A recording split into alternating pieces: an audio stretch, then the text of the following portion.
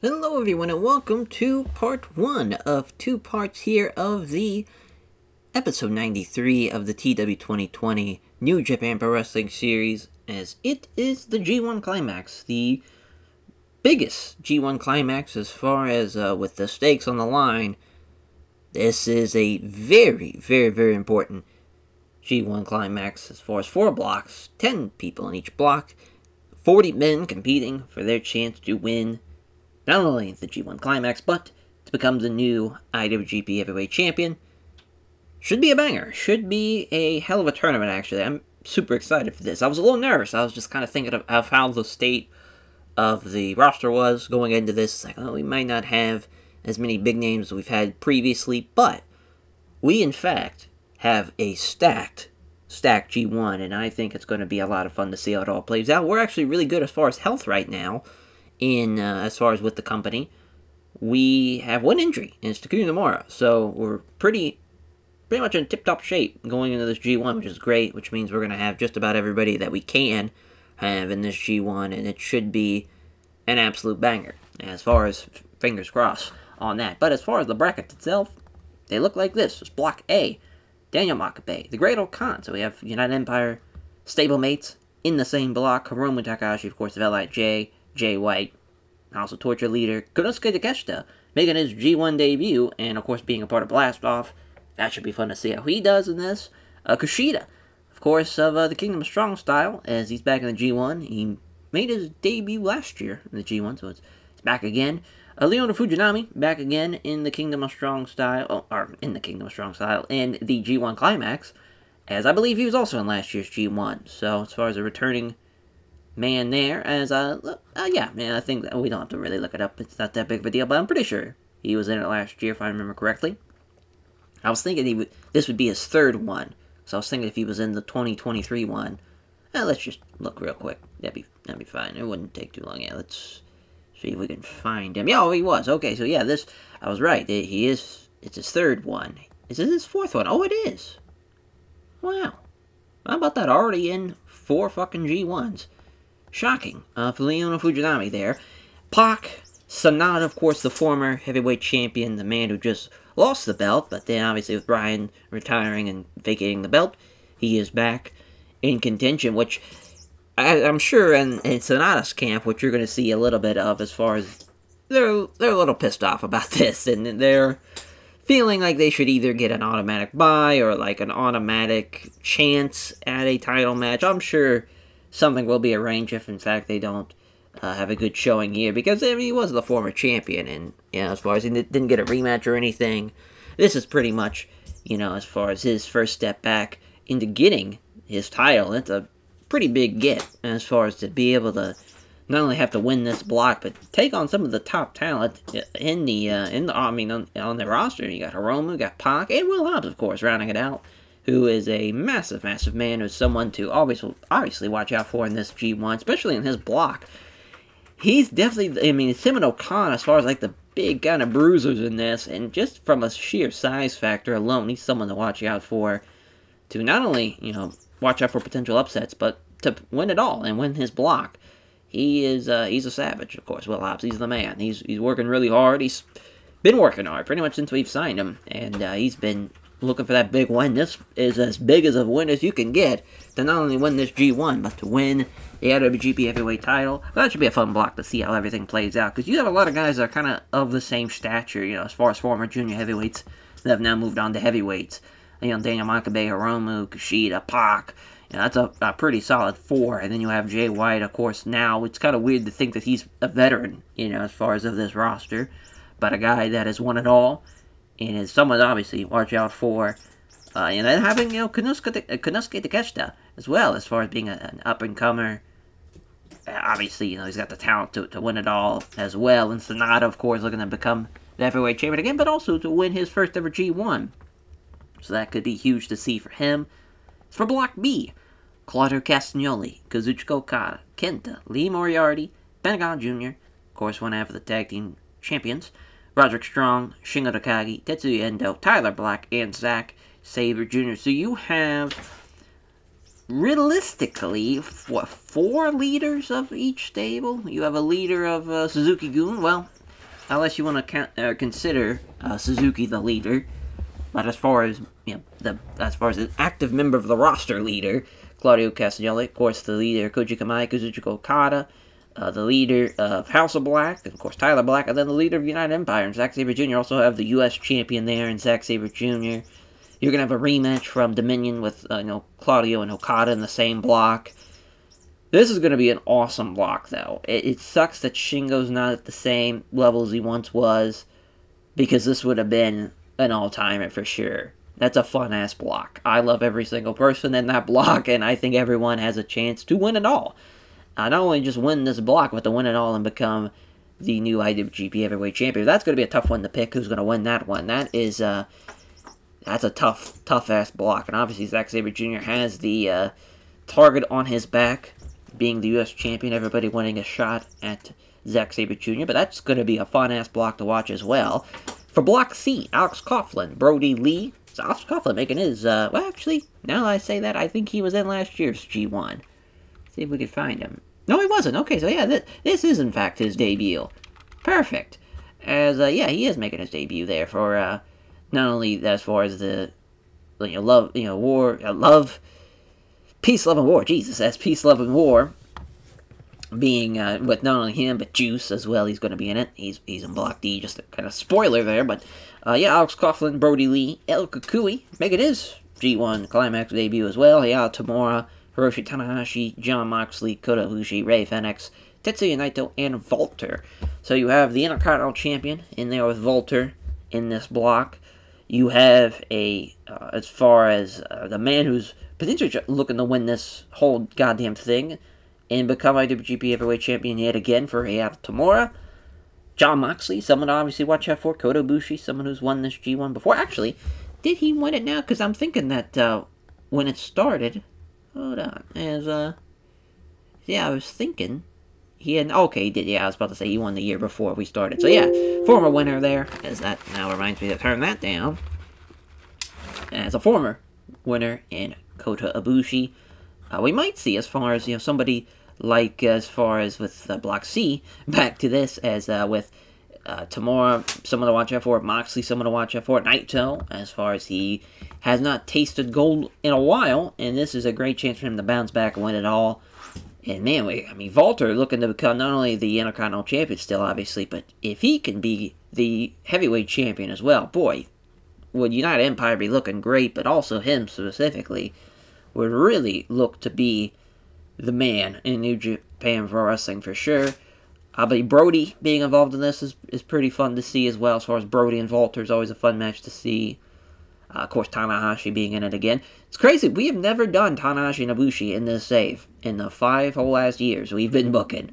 That's kind of wild to think about. We've had them team, obviously, but we've never had a one-on-one match against the two. Mainly because when we started this, obviously they had some big-time singles matches in the years prior, so it was kind of like I didn't want to rush into that match again, because obviously that's a big time match. But now it's been so long that it's now a fresh match, and definitely the eyes of hopefully everyone watching, because it's been so long now. But really with this one, I think this is hopefully it's a banger though with them. Obviously it should be, but obviously Tanahashi's gotten older. He's not the same ace anymore, but he still could put on a good performance. I'm hoping it's a good match though, but I'm especially looking forward to seeing like Ibushi and Rey Fenix. Ibushi and Moxley's a fun match too. Like they'll definitely bring it, in that matchup. And plus, to see Coughlin and El Kukui have a chance. Yota Tsuji's getting a big opportunity here to take on some big names. So you're going to Alex Coughlin, and that'll be people to watch out for in that block. And then for Block D, the final block, we got Calvin Tankman, Eddie Kingston, Joe Doering, Josh Alexander, Juice Robinson, Miro, Shinsuke Nakamura, Shitoru Shino, Taichi, and Yoshihashi. As far as for this block, you have the undisputed openweight champion for Shinsuke Nakamura. You have the returning Shitoru Shino.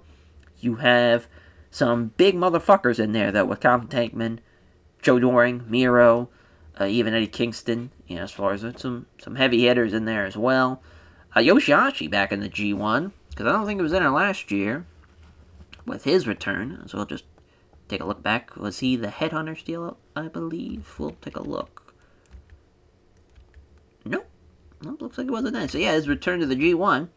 pretty big. Pretty big to see as far as for Yoshihashi to be back in this thing. Josh Alexander's returning as well. This is a great opportunity for a lot of guys, but obviously for Satoru Shino, as far as to return with a bang to go on to win this block. But he's looking to be a two-time G1 Climax winner as well.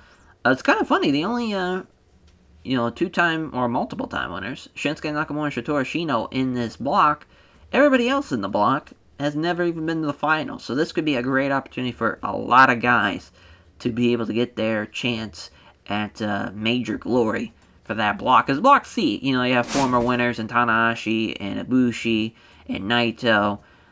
And with Block B, you have obviously former winners in Okada and Shingo and Zack Sabre Jr. You're seeing a lot of former winners. Block A as well with Hiromu and Jay White. And as far as, it's kind of crazy as far as those are the only two in Block A. But a lot of former winners. But for Block D, it seems like it's the most unique one. Because obviously, it's two men that are the most covenant as far as the eyes are on them. As far as, obviously, the target being on Nakamura. Everyone wanting a future title match. And then for Ishino, everyone looking to see how he's going to do in his comeback. So this could be a pretty major tournament for sure. I think those 40 men, just about any of them, has a chance of winning this whole goddamn thing. Yeah, that's, kind of the biggest thing about the G1. You want to make this a big deal, and not only is it, with the biggest stakes of all time for this G1, but to be able to have some great matches as well. And we could use some great shows. 2025 started off pretty great, but it hasn't been too kind to us. But I think there's going to be a change with this G1. I think it's going to be a banger, and I'm hoping for some great stuff here. Also, everything as far as what you're going to see for this first part, first 20 shows, and then we'll have shows 21 through 36, and then obviously the final show to end it out on for part 2. I do know that we're going to have obviously the 4-way, with each winner of each block having an elimination-style matchup to see who's going to win it all, but also junior heavyweight title matchup, Kyle O'Reilly looking to defend his freshly won junior heavyweight title.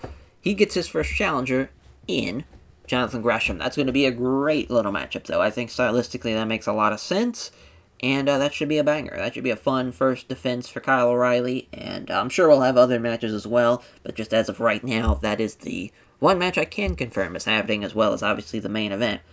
But yeah, without further ado, let's get it rocking and rolling. Let's waste no time. We got 20 shows to run, as far as the first show, obviously, is we want to get it off to a bang. But for Block A, we got Jay White, Daniel Makabe, Hiromu, and Konosuke Takeshita. That is a banger. Sanada and Leona Fujinami, The Great Okan and Pac. That's a fun little match. And then Will Hobbs and Kushida, which a match is a rematch from last year, which we saw Will Hobbs, of course, using his size and strength to beat Kushida. But yeah, Kushida was on it last year as far as he was a part of this block. Same thing with Okan and Will Hobbs. So a lot of returning guys from that same block. We don't have our opener yet. I've kind of left all the openers left to be open, just as far as we'll add them when the time comes. But as far as Tanahashi has taken Shobo Takibo under his wing as a protege, so that should be fun now, as far as learning from the ace. Main event, though, we're going with Hiromu and Konosuke Takeshita. This match would fucking rule in real life. And as far as Konosuke Takeshita getting a major win on the first ever day of this G1, and his first match in the G1 is a banger, with him beating Hiromu. First time meeting between the two, so it might be a bad matchup. They've had some tag matches against each other, but as far as first time singles-wise, one-on-one, this should be a fun-ass main event, though. I'm excited for that one. Makabe and Jay White's fun. That might be a technical masterclass. It's not. And Jay White's going to beat Makabe. That's going to be a pretty solid co-main, though. It should go over pretty well. Jay White's going to win, though, in 28 minutes. Then we'll probably do Hobbs and Kushida. This might be a steal the show matchup. Oh, it is. As Kushida's going to beat Will Hobbs. He's going to get his revenge. As far as Hobbs, looking for a order of business. As far as a big-ass spine buster to throw, Kushida right through the mat. Kushida counters it by just, as far as, gets, a couple of elbows to the back of the head to rock Will Hobbs and hangs on him for a hanging, like, Kimura. He's looking like a monkey hanging off a a tree limb as he's trying to get him to tap, and just Hobbs finally taps because it's either he doesn't tap and breaks his arm, or he taps, So as far as he gets caught by Kushida, not only gets caught, but kind of realistically too, maybe you kind of put over the fact of maybe he could have been crazy enough to still hit the spine buster, even with that Kimura to break the hold, but he wasn't, as far as he doesn't want to lose out on this G1 opportunity, so it quickly taps out when he realizes he's fucked and he's in the hold. So not only that, you kind of have some psychology in the fact of, well, Hobbs potentially could have risked it, but he didn't want to risk it because it's such a big opportunity. You might as well tap out when you're caught in something like that and, live to fight another day type of thing. Because you don't get eliminated from this G1 so quickly, risking an injury. So that will mean one of these is a technical masterclass matchup. I'm assuming it might be this. Oh, it is not. So now it's going to be Leona Fujinami. Yeah, we're fine with that, actually, right there. And then the Great Okan, Pac will be the technical masterclass matchup. What an upset here for the Great Okan. So Pac and Okan, a couple of years ago, had their first ever meeting in the G1. It's the 2022 G1. And as far as Pac beat him. This time around, though, the Great Okan's going to get the win. And it's going to, we could have went either way with that. We could have Sonata, Leona Fujinami be the masterclass matchup, or have Okan and Pac. But I think, for this case, I think that was the better scenario there. We'll see, though. I could be wrong. Obviously, we want to have a multi-man matchup for the opener. As we'll exclude people that have booked. I kind of want to see the Designers of Perfection here. As, Izod Collection NYC. And we'll go with Tomoya Tom Ford. Trying to think, because we really don't have any, veteran Japanese AF talent anymore, unfortunately.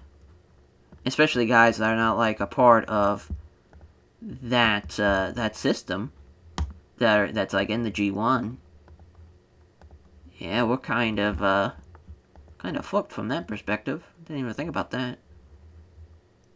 Because I was going to have, since Sonata's taking on Fujinami, have somebody from the Kingdom of Strong Style. I guess we still can. Because, they're technically, Tanahashi's obviously technically not a part of the Kingdom of Strong Style. He's, obviously on his own. So I guess we could have just a Kingdom of Strong Style matchup. Or we could have them take on some Young Lions as well. Could go either way. Because the thing is, we should probably be smart about this.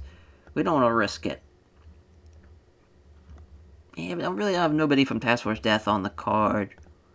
So I don't have to worry about that. And Narita's a part of Kingdom of Strong Style too. Yeah, this is tough. This is tough. Tough to choose. We'll go with...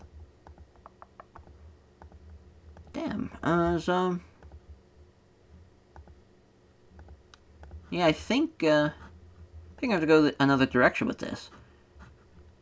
Let's go with Evil and Black Taurus.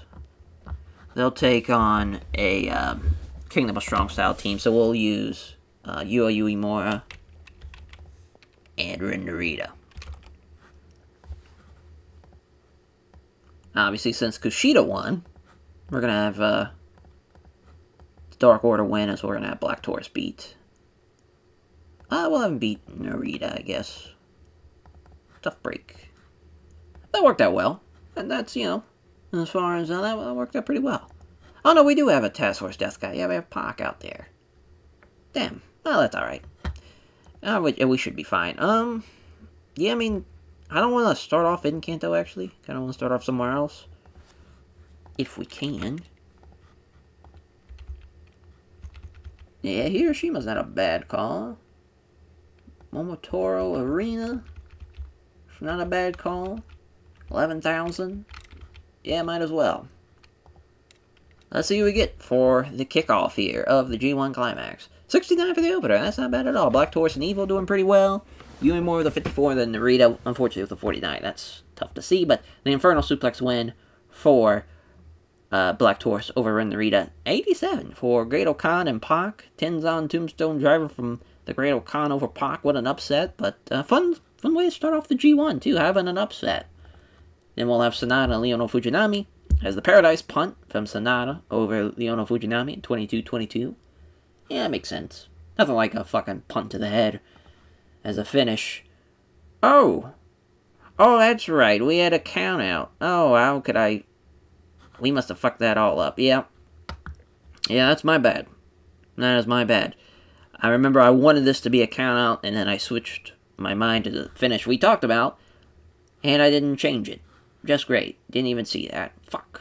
Well, that sucked. Oh, we get it back. That was an 89 in the co-main. Jay White beating Makabe with the Blade Runner. We could still kind of have that same finish. Maybe. Not really. Just Kushida, getting back to the ring in time. I don't know. I'd like that finish a lot better, catching them with the Kimura. Damn. Well, Jay White, though, wins with the Blade Runner. It was a good match, though, from Makabe. And even Jay White did pretty well, but obviously Makabe the better man there. Well, that sucks. Lack of psychology here for Hiromu and Konosuke Takeshita, but Takeshita gets the win, though, at 28-47.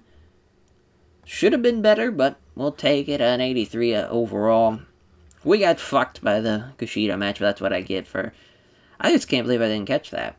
That's what I get. But yeah, I mean, for the first night here, we'll put over Hiromu, put over Pac, and put over Makabe. All those guys that lost actually did really well. Really, really well, actually. Yeah, not a bad first day.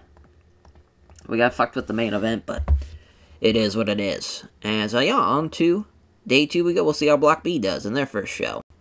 Alrighty, first day for Block B. As I completely forgot to talk about the press conference that day in Cincinnati. It actually went really well. I was surprised. It was like a 72-73 angle. We aired it on New Japan Strong. I was very, very surprised by that. Yeah, Yuji Nagata passing on dips on psychology to the Great Okan, and then Ishii passing on microphone work to Tomoya Tom Ford. Alright, so yeah, Claudio, Kenta. It's a fun match. Pentagon Jr. and Zack Sabre Jr. I love that match. Roderick Strong and Tetsuya Endo. It's a fun little matchup. Shingo and Lee Moriarty. It's a fun match, but the main event is definitely Tyler Black and Kazuchika Okada. I mean, that's big time. That is a big time matchup for Block B, for sure. That's a main event anywhere in the world, and Okada's going to beat him. So that's the first time they've faced off, obviously. Damn, Tyler Black, a little unhappy about that. Not shocking. We'll have Kenta and Claudio be the co-main here, as Claudio's going to beat him. That is a hell of a win for Claudio Castagnoli. So, trying to think what's going to be the technical masterclass and what's going to be the Steal the Show. I'm assuming this is the Steal the Show match. Well, maybe this might be a technical masterclass match. Oh, it is. Alright, so Zack's going to beat Pentagon Jr. I love that match. I'm happy that's happening here. As far as Roderick Strong and Tetsuya Endo. Oh, I didn't pick a winner. That's hilarious. We'll go with Roddy. Yeah, we'll go with Roderick Strong getting the win. So that will mean, of course, that Shingo Lee Moriarty is just going to be a normal little matchup.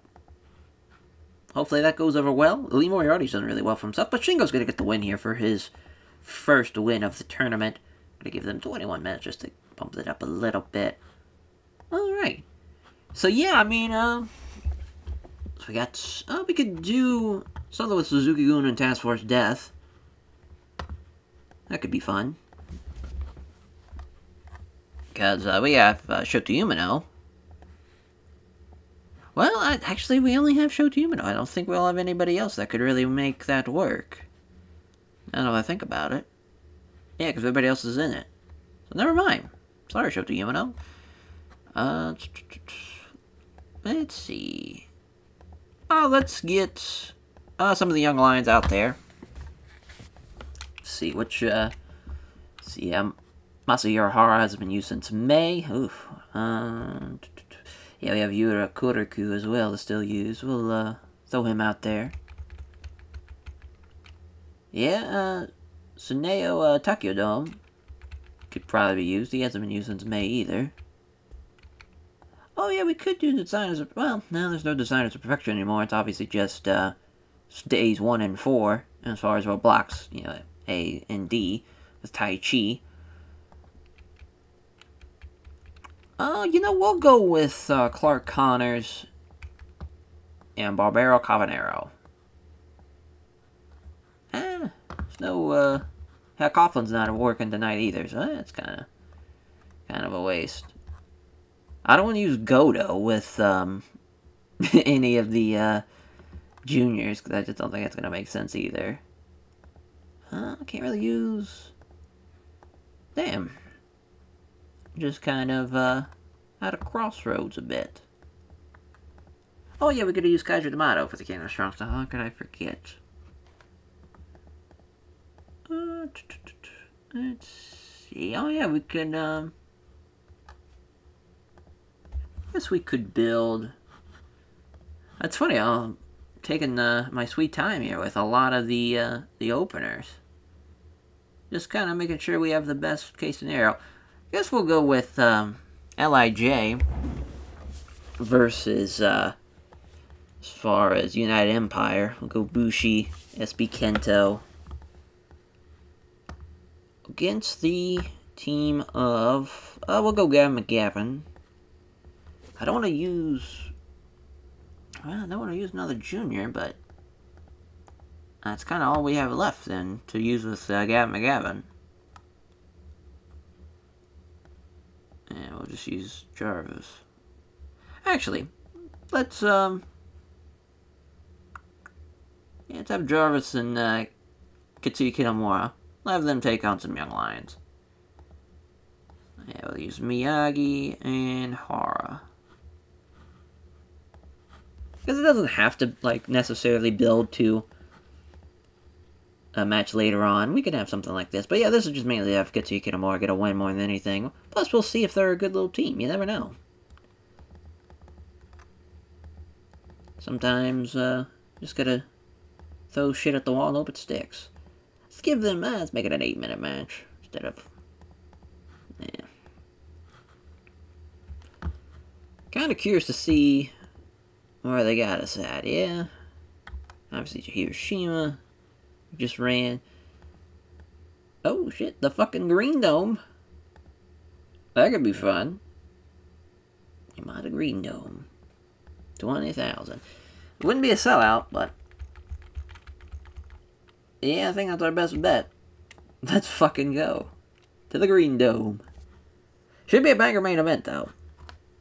58 for the opener, as Katsuki Kitamura, Corey Jarvis beating Kuya Miyagi and Masahiro Hara. Well, first of all, Kuya Miyagi is definitely the best fucking young lion we got by far. He's killing it.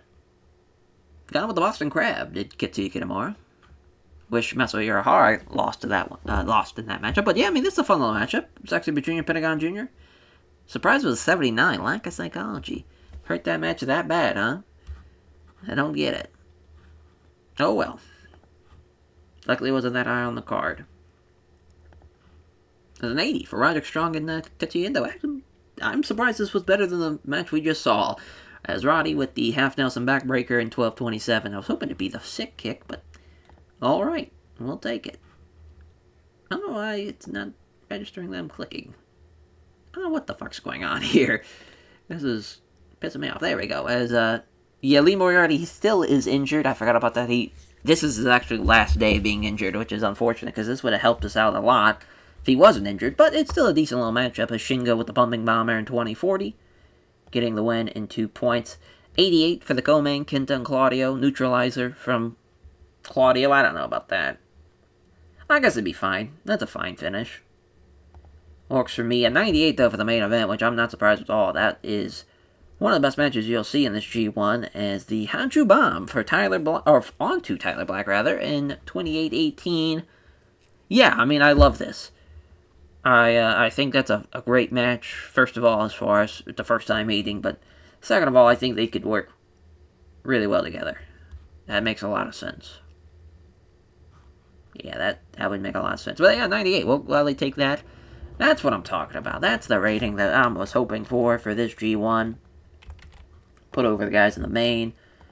And, yeah, I mean, we'll put over Kenta as well. It's crazy Kenta's still doing well as far as performance-wise, because I do love Kenta, but I would say he's definitely, just right now, in real life, in 2023, I wouldn't say he's one of the top guys that New Japan's got right now. Unfortunately, just, time has passed him by now, but still in the safe here, even in 2025, he is still one of the best in the company, which is just funny to see. So yeah, I mean, as far as that was a great start for Block B. That's going to be a fun block to see throughout. It's on to Block C. We go. Alrighty, day 3.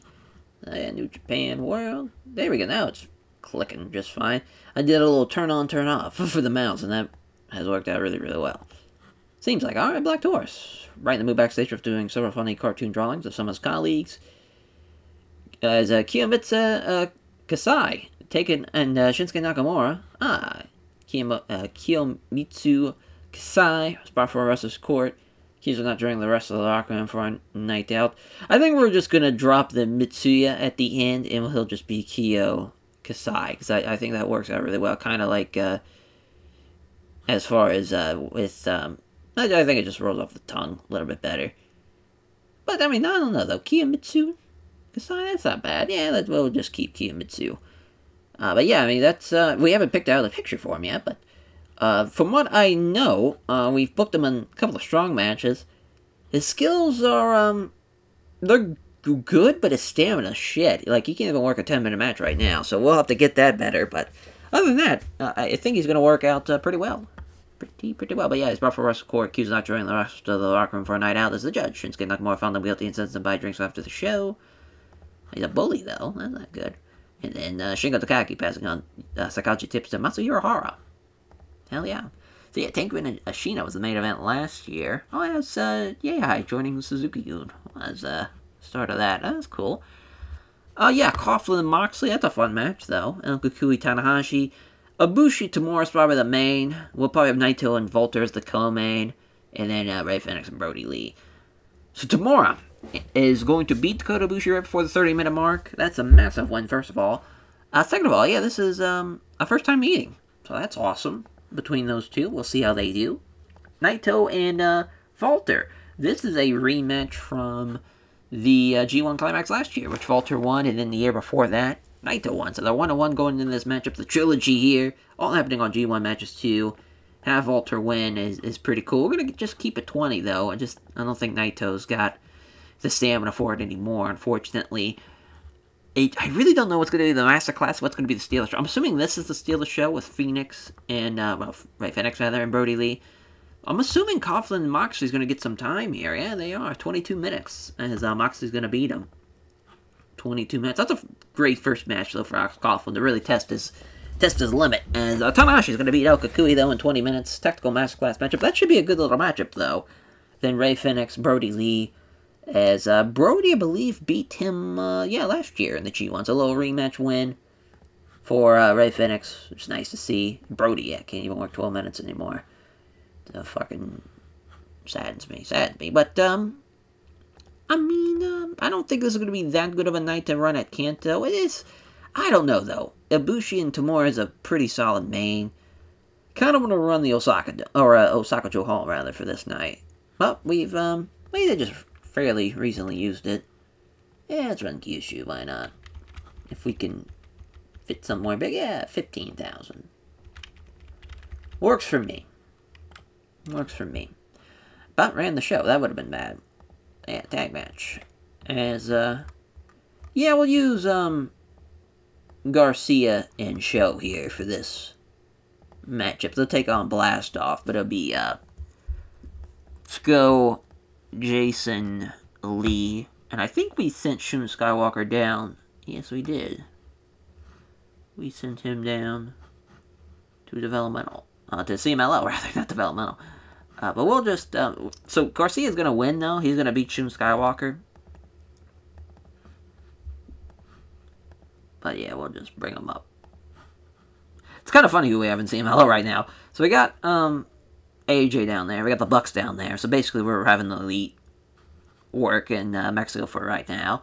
Mainly because I knew AJ was going to struggle in that G1. I kind of wanted to have him and Cena have one match, maybe, before I get rid of Cena. And then we'll probably, cut it off there for those two. Because that'd kind of be fun to see. It's been so long, and they've had, they had the great match at SummerSlam. Or no, they had the one at SummerSlam. I was thinking of the one with the Rumble that they had. But, Hanari's down there right now. We got a lot of guys down there. We also bought GCW, which is just hilarious. I didn't really talk about that. We got a couple guys down there just to strengthen that show out a little bit, which is kind of funny. Yeah, we got also, obviously we just sent Black Panther back down, Atlantis Jr., Zuka's down there right now. We have, right now, Yuto Nakashima and, Ryo, Oiwa are the, little CMLL Arena, Coliseo, tag team champs. So they're basically the Arena Coliseum tag champs right now, which is pretty cool. They're actually pretty solid. Pretty solid right now. Just a little update, because we haven't really talked about them in a while. As far as some of the guys that are... Yeah, we got Ninja Mac on CMLL right now. We probably should have him in GCW, but it's funny to think that him being in CMLL. It's just, boy, that CMLL crowd, they would probably lose their shit to somebody like that moving around. It's kind of funny, but... Oh, yeah, I mean, right to, where's he at? Oh, there he is. Duh. Hopefully he's done pretty well for himself in CMLL. I don't know, though. But yeah, borrow. Cool. It's just nice that we're able to do this. Where if we want someone to work, we bring them back up. Crazy that the last scene is now unknown. It's probably was like not even a month ago. Oh no, it's been a while. Yeah, since May. Again, yeah, May. See, it's worked a good bit. It's lost a shit ton. 52 though, that's not bad. I wonder where he started off as. Oh, 53, alright, so not that big of a jump. Yeah, we had Shane Strickland there for a little bit. Now he's in GCW just because he's a lot more over in the US. But, yeah, just a little update. Oh, let's... Is he back in Blast Off when I do that is the question, because I don't know if he is. No, he is not. So yeah, I'll have to change that. That's kind of annoying, but nah, that's no big deal. I'm assuming Shun Skywalker was that? Yeah. We'll see. We'll see how he does in his return. So yeah, just change that around. Alright, well, we're good to go. Let's run day 3 here. See what we get. 68 for the opener. Oh, look at that. Yeah, they have excellent chemistry. That worked out well. Yeah, Brian right now, we're going to have him kind of manage Jack's Den right now. Which works out well for him and Garcia. It's just so funny how that worked out, because this obviously came out, this mod came out before Garcia and Brian Danielson had ever, like, interacted with each other. So it's just so funny that they have, like, great chemistry. But yeah, Jason Lee, best guy in the match. No surprise, obviously, the chemistry boost. But Daniel Garcia, at least, beating Shun Skywalker. It's an upset, though, at least for the team itself, but we'll take it. 69 for El Kakui and Hiroshi Tanahashi. Tanahashi with the high fly flow. Yeah, I gave the nod to El Kakui instead of Malachi Black. I felt like that was just a little bit more beneficial right now. Malachi Black, I don't want to say he's going to get the chop, but he's someone that's on the bubble. Potentially getting chopped. Because right now the roster is pretty huge, but also we need to kind of thin the herd a little bit. Because we have like over 100 people on the roster. So that's a little too big. Be a nice little change of pace to get rid of some of these guys. Another 69. Here's, Brody Lee. MCL spraying on his elbow. That sucks. Ray Phoenix, though, killed it with an 85. He was awesome in that matchup. But yeah, the finish, just everything kind of gets fucked because of that injury. Just sucks. Brody's been relatively healthy, though. Well, Ray Phoenix who cost it. Damn. Scoffle and Moxley don't collect. Damn. This is just a cursed show. But a 70, though, at least. Moxley with the Death Rider. We need to give him that. I mean, it's the Death Rider. Everybody knows it, but... Oh, yeah, we actually do need to give him the Death Rider, because, yeah, in this save, he wouldn't... Oh, no, he would have had it. I don't know why I was thinking that was, he was signed before the, Yeah, he had been in New Japan by that point. It was down. But, yeah, Walter beats Tetsuya Naito with the Golden Bomb. Man, Naito with a 63. That's about where probably Naito is going to perform at in 2025, so... That makes sense. But yeah, Walter, killing it right now. He's, he's one of the best that we have, for sure. And yeah, Tamura and Brian Nelson doing some good work there as the main event. It's an 84 Hayato driver from Hayato Tamura Makoto Ibushi. Kind of crazy that this wasn't better, but I get it though at the same time. Tamura with a 70. Ibushi's still killing it though. It's, it's nice that Tamura's now going to get a managerial bonus, so that's going to help him out a lot. And just inconsistency. Physical decline, though, for Ibushi. I mean, I guess. I don't know what happened in his Blood and Guts performance, because he was not the same Kota Ibushi of old. I don't know if he was just not giving a shit, or what. So maybe that might be on par. But yeah, we'll have Mox, and then Falter. It's a good little show. It's not the best, obviously, but so far Block B has been just locked in. Okay, we'll see how Block D does, though, as they have their first show. And, I mean, that sucks about the elbow strain from Brody. If Brody goes down, we probably will have a replacement. It'll probably be Evil. Evil's probably going to step in, if that's the case. So we'll just kind of see how that plays out. Hopefully he's fine, but I don't know, though. An MCL sprain in your elbow, that doesn't feel too good. Alrighty, day 4, as we'll see how Block D does in their first show. Nakamura and Ashino is the main, for sure. Without a question. Co-main will probably either, well, I don't know, it's going to be tough. Because Josh Alexander, Juice Robinson's a pretty good co-main. So I think Miro Enduring is going to be a steal the show matchup, we'll see. But for me, Spot for Wrestler's Court accused of making out like to pick up a signed travel partner as the judge. Shinsuke Nakamura found him guilty and sentenced him to pay for shop partner's meals for the next 3 shows. Tanahashi then passing on selling to Shobo Takibo. Ishii passing on microphone work to Tomoya Tom Ford, then Kenta. Oh, what's about Francesco Kira? Well, that's huge. What a pound. Being main event, Nakamura, Ashino. I mean, that's number 1 with a bullet. And Ashino's going to beat him. So in his return, gets a big opportunity to take on somebody like Shinsuke Nakamura and beat him. About to say, they've had a couple of big-time matches, though, for the heavyweight title, in the G1 2 years ago. And then even Nakamura beat him for the IC title matchup in his first ever matchup. Ashino had the New Japan Cup win over him, but that's about it. So to get that first win since then is major.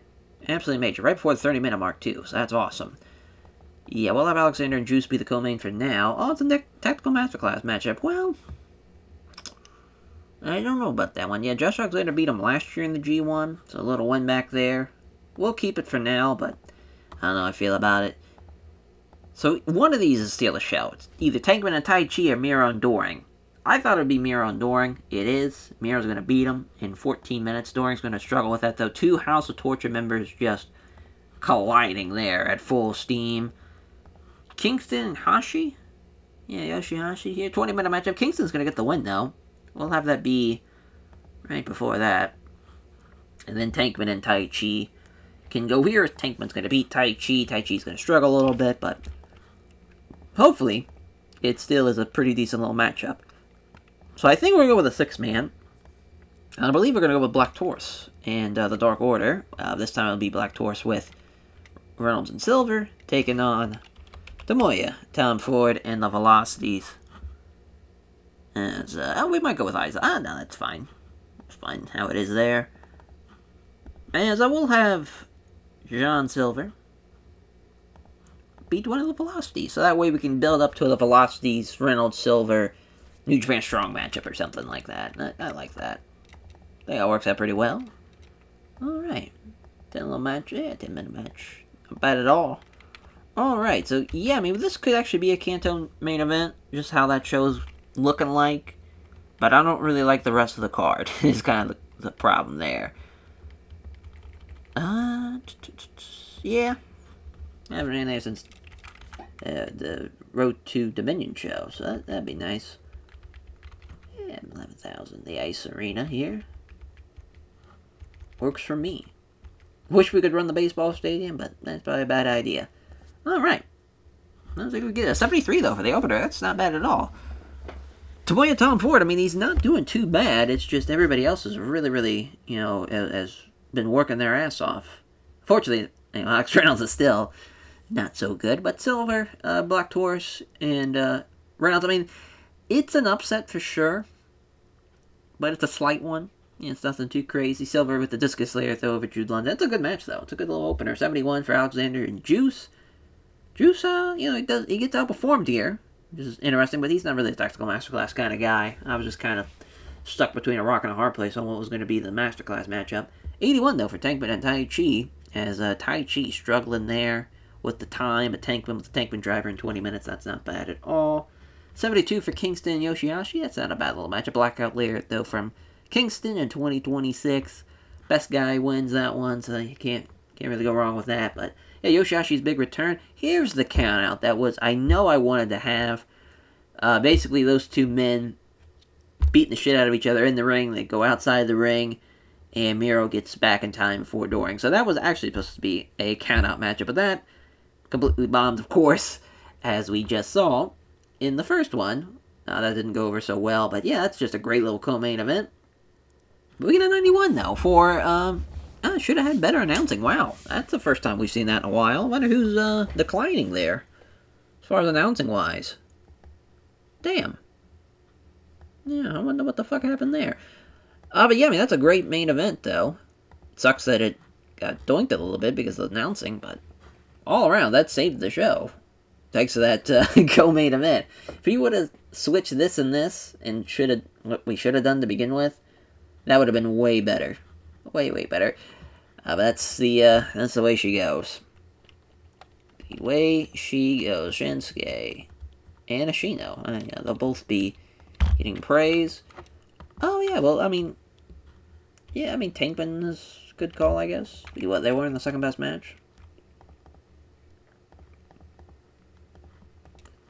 Interesting, though, about the announcing point. So that kind of sucks. We'll have to try and find another announcer. We just keep on spiraling, it seems like, the longer we go. But yeah, now we're on to the second round matches. Well, I guess the second day matches. I don't know how else to call that, I guess round 2 of matches. I don't know, it's weird to say that with it being a round-robin tournament, but yeah, on to day 5 we're back around to Block A. So that's the more important thing. Hopefully they get another crack at a great main event and have a good little show here. Alrighty, day 5. So, figured it out. It's because Michael Cole has gotten to the point now, he's in his mid-50s, so I guess that makes sense, but he's, like, declining on his, announcing stuff. So, I just went and was like, alright, is there anybody we could sign that's even, like, better, on the same level, that's younger? In some odd reason, I'm not sure why, and it's funny that TEW does this with some people, but Tasha Gonzalez is the best announcer in the world. And she's only signed an exclusive, like, handshake deal with AEW, so swiped her up, and she'll be coming in hopefully rather shortly. But yeah, her announcing's, like, in the 87 to 95 range. I have it on, like, Fog of War, so it's not completely cheating as far as looking at some of the stats, but so it's between that range. So that should be awesome. It's going to be funny, though. We're going to have Bull Nakano, Dasha Gonzalez, and Michael Cole as our announcers now.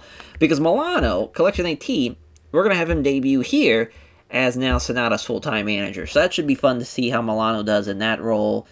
As Shingo is now passing on psychology to Masahiro Hara, mainly because someone's got to get the boot. Unfortunately, it seems like, at least Milano Collection AT, he has worse announcing skills than Michael Cole does, which just breaks my heart. Yeah, 63 to 71. And then Michael's is, 69 to 77. So yeah, just kind of brutal. And plus he's a better color guy too. Yeah, which just brutal. Brutal. But yeah, the main event, probably Pac and Hiromu. That's a banger. And that will be right before the 30-minute mark. Hiromu getting the win. They've had a couple of matches. They had the time limit draw the first time around. Then the IC title match, which Hiromu won to retain his IC title. Pac beat him the year before that in the G1 Climax. And, of course, they just had their New Japan Cup matchup this year, which Pac won again. So 2 straight victories for Pac after the 1 loss in the draw. So Hiromu needs a win, and I think it comes no better here than against Pac, and I think that's going to be a fun match to see. Oh, excuse me, as Sonata and Daniel Makabe. Sonata gets the win. We're going to have a little distraction from Milano as well throughout the match. That should be fun to see how he does. In kind of the full shtick of Designers of Perfection, going, in that path with Milano being the guy now with Sonata. Kushida and Konosuke Takeshita is a fun-ass match. We'll have to definitely add that here. Konosuke Takeshita is going to beat Kushida, though, in 26 minutes. We're giving those matches a lot of time, though, for sure. Steal the show matchup, I'm assuming it's going to be Hobbs and Fujinami, which Hobbs is going to beat him down and beat him up and get the win, and Jay White and the Great O'Khan. Jay White will beat the Great O'Khan. That's a big win for Jay White again, with 4 points there, 2 straight victories. That is massive. I'll go ahead and pick the venue while I'm thinking about it. Yeah, let's go Kanto. I'm feeling Kanto's the way to go. Actually, yeah, we'll go Sakajo Hall. Works for me. Oh, I don't know why I hit the pre-booking stuff. Alright. So, yeah, we can't really do anything with Task Force Death. I guess we could have Shota Umino against, I guess, Kento or Bushi, but... yeah, because it'd be kind of weird to have all singles matches on this card. Yeah. We'll go with the Young Lions instead. We'll have the Young Lions take on, but we could do the Mexa Blood. We could do Suzuki-gun even. Which Suzuki-gun, they don't have anything going on right now, so I don't really want to waste them on this night. Yeah, about to say, yeah, we'll go with the, American Young Lions. We'll go Peck and Vart. Have them take on... I was thinking Clark Connors and Barbaro Cavanero, but... yeah, we got Casanova, though. Of course, he's a part of Flight Club right now. We could do that. We need to actually move Christian Casanova down to GCW. I'm thinking about it, just to free up some of the roster spots. Yeah, we also have Shobo that hasn't been used. Oh, you know what? Let's go... I don't know if we can use him. We'll use Brody King. That's probably the biggest name, though, that is not a part of this. That would have been nice to see. But we're going to try Brody King and Toru Tsuchiura out as a team. Just to... Mainly this is just to give Toru Tsuchiura a win. I don't think we've had them team. I don't think so. But it's nice to try stuff again. Just see if we get anything out of it. Hopefully something positive. But nope, nothing at all. Both guys, though, as far as Tsuchiura and King with a 60, as Brody King was really off his game, so that hurt his rating. But Peck and Vart, 39-35. Tsuchiura, though, gets the win in 10 minutes. Sucks that I didn't get the kind of most out of Tsuchiura. Him and Masashi Takeda, they both didn't really perform at the highest level I thought they would, unfortunately. But Jay White, though, pinning the Great O'Khan with the Blade Runner. It's a good little match. Good little, yeah, they got great chemistry. That worked really well, actually. Very pleased with that. A 76 for Fujinami and Will Hobbs. Order of business from Will Hobbs beating Fujinami in 11 minutes. See, the next match gets us at 86. There we go. Hey, they have some great chemistry, even though there's a lack of psychology. Takeshita, though, gets another win. He's having a great start to this G1. That's a great fucking match, though. And I got the crowd hotter. And there's another match of the lack of psychology, though. Milan Clifton AT distracting Daniel Makabe at one point. I'm trying to think what we could have him do. Is someone, you gotta have a gimmick out there as a manager. I'm not really sure, though. I was thinking maybe just, because you could just have him, like, slap him or push him, but that's kind of lame. I don't know. I was kind of hoping we bring back the Invisible Dog gimmick, and he hits him with the leash, but, as far as have the leash have, like, spikes on it or something, to where it's, it's a gimmick, but it actually, it looks like, a painful thing. We'll go with that. We'll say there's spikes at the end of it. That works for me. It sucks that hurt the match as well. Man, another lack of psychology. Nobody has psychology in Block A. But Hiromu gets the win with the time bomb, though, in 29-10. Phenomenal stuff. Just, yeah. The poor lads just don't have any psychology. But the crowd was fucking hot for it. Kojima killed it, though, with the road agent work, too. Way to go, Kojima. Fuck yeah. Fuck yeah. What a show, though, in Osaka. Yeah, it went really well. Really well. Yeah, I mean, we'll put over Hiromu, Pac, and Kushida. Or, not Kushida, rather, excuse me. We'll go... Yeah, I mean, probably should go Takeshita. That makes the most sense. Love it. I'm glad they finally get an A rating, though, for their show, because they deserved it. They got robbed in the last one, and now they still get robbed, but I get it, though, at the same time. I guess I would lack psychology for a kind of main event of a heavyweight main event, but still, match fucking rule. Tough break. And yeah, on to day 6. We go. Alrighty, day 6. See what we get. As far as for this show, main event, I mean, Zack Sabre Jr. and Roderick Strong's probably the best case scenario. There's some good matches here, obviously, but I think that's probably the best of the best here, said Dante Martin. He left the locker room when he organized and won a video game tournament. Alrighty. As far as, no, I don't think Kanto is the best place for this. I think, yeah, we'll run Chubu here finally. See where we... And 20,000. That's not bad. Yeah, I think 20,000 is kind of the sweet spot there. Alright. So, yeah, I mean, Zack Sabre Jr., Roderick Strong, big time matchup here. And Roddy's going to beat him. First of all, that's a major upset. But, of course, U.S. title matchup now in the future for Roderick Strong. First time meeting, 2 in the save. Let's give him a little, just one more minute. But yeah, 27 minutes. So it's not right before the 30-minute mark. But yeah, that's a major win. I don't know what's going to be the Tactical Masterclass and what's going to be the Steal the Show matchup. It's kind of the thing that's got me kind of, you know, as far as got me all over the place. But Kento's going to beat Lee Moriarty, so that's his first win of the tournament.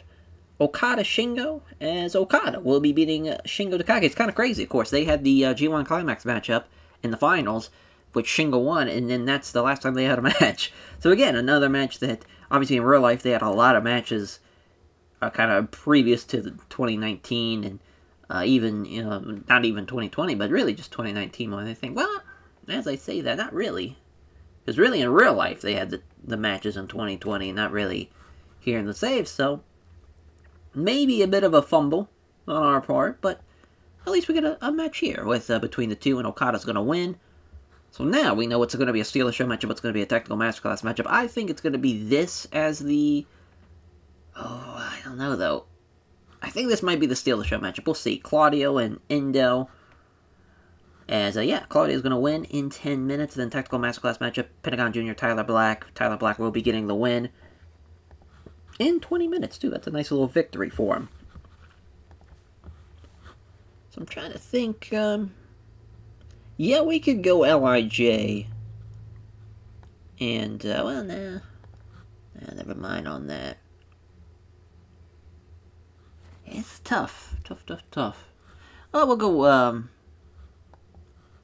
yeah, we'll have Hook. We'll have Hook and Rex have a match. Oh, we could use Kidum. Well, let's go, Jarvis. Let's go Jarvis and... I was going to use Jarvis and McGavin again, but... eh, why not? Might as well. We used, rather, Jarvis and Katsuki Nomura, so now we get to use McGavin. But Hook's going to beat McGavin there in the opener. Not a bad little matchup.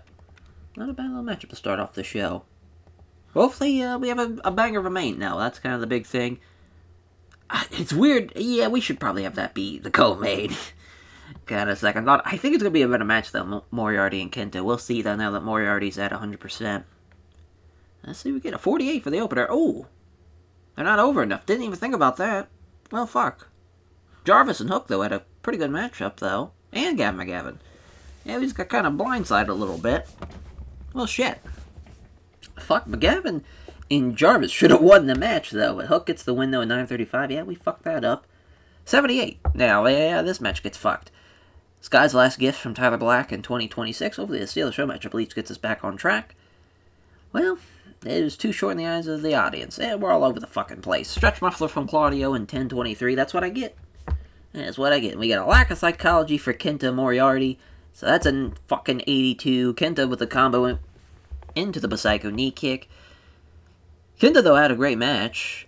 Moriarty had a great performance, too. It just sucks that this gets all fucked up. Hopefully the co-main event saves us. Nope, it's an 80. There's Okada pinning Shingo with the Haju Bomb. Yeah, performed him at least, but did we get anything going here? Yeah, still cold crowd. Couldn't win the crowd over in the main event of 77. Just fucking great. Roddy with the stronghold in 26:46. Gotta love it. Gotta fucking love it. Yeah, it lost the popularity. God damn it. Fuck. Thought Hook was over enough. I guess he's not. Shit. Shit. Alright, well. Let's put over Zack. Let's put over Kenta and Okada again. I feel like we just did that too, but that fucking sucks. Fuck. Brutal. Just brutal. It's funny how an opener fucks this whole show up. Gotta love it. Got to love it. Alright, well, that will do it, at least for that show. We're on to bigger and better things, hopefully, to get us back on track. Just sucks, because, you know, Block B's pretty awesome, as far as for their talent-wise, but we have faith in Block C and D to get us back on track here. We'll see. On to the next show. Alright, day 7. Let's see. New Japan World. Fucking backstage incidents. Alright, Masu Urahara was accused of, being absorbed by his phone. He should have been paying attention during a locker room meeting. Yeah, sounds about right. Nakamura found him guilty and sentenced him by a crate of beer for the locker room. Alright, small positive impact for him. And then, Tanahashi passing on psychology to Shobo, Takibo, as, I kind of want to have him in a match with Shobo here, but this is a pretty banger little main and go-main situation we got here, so I think Moxley and Walter should be the main, and then, Tanahashi and Ibushi will be the co-main. I think that's the plan here.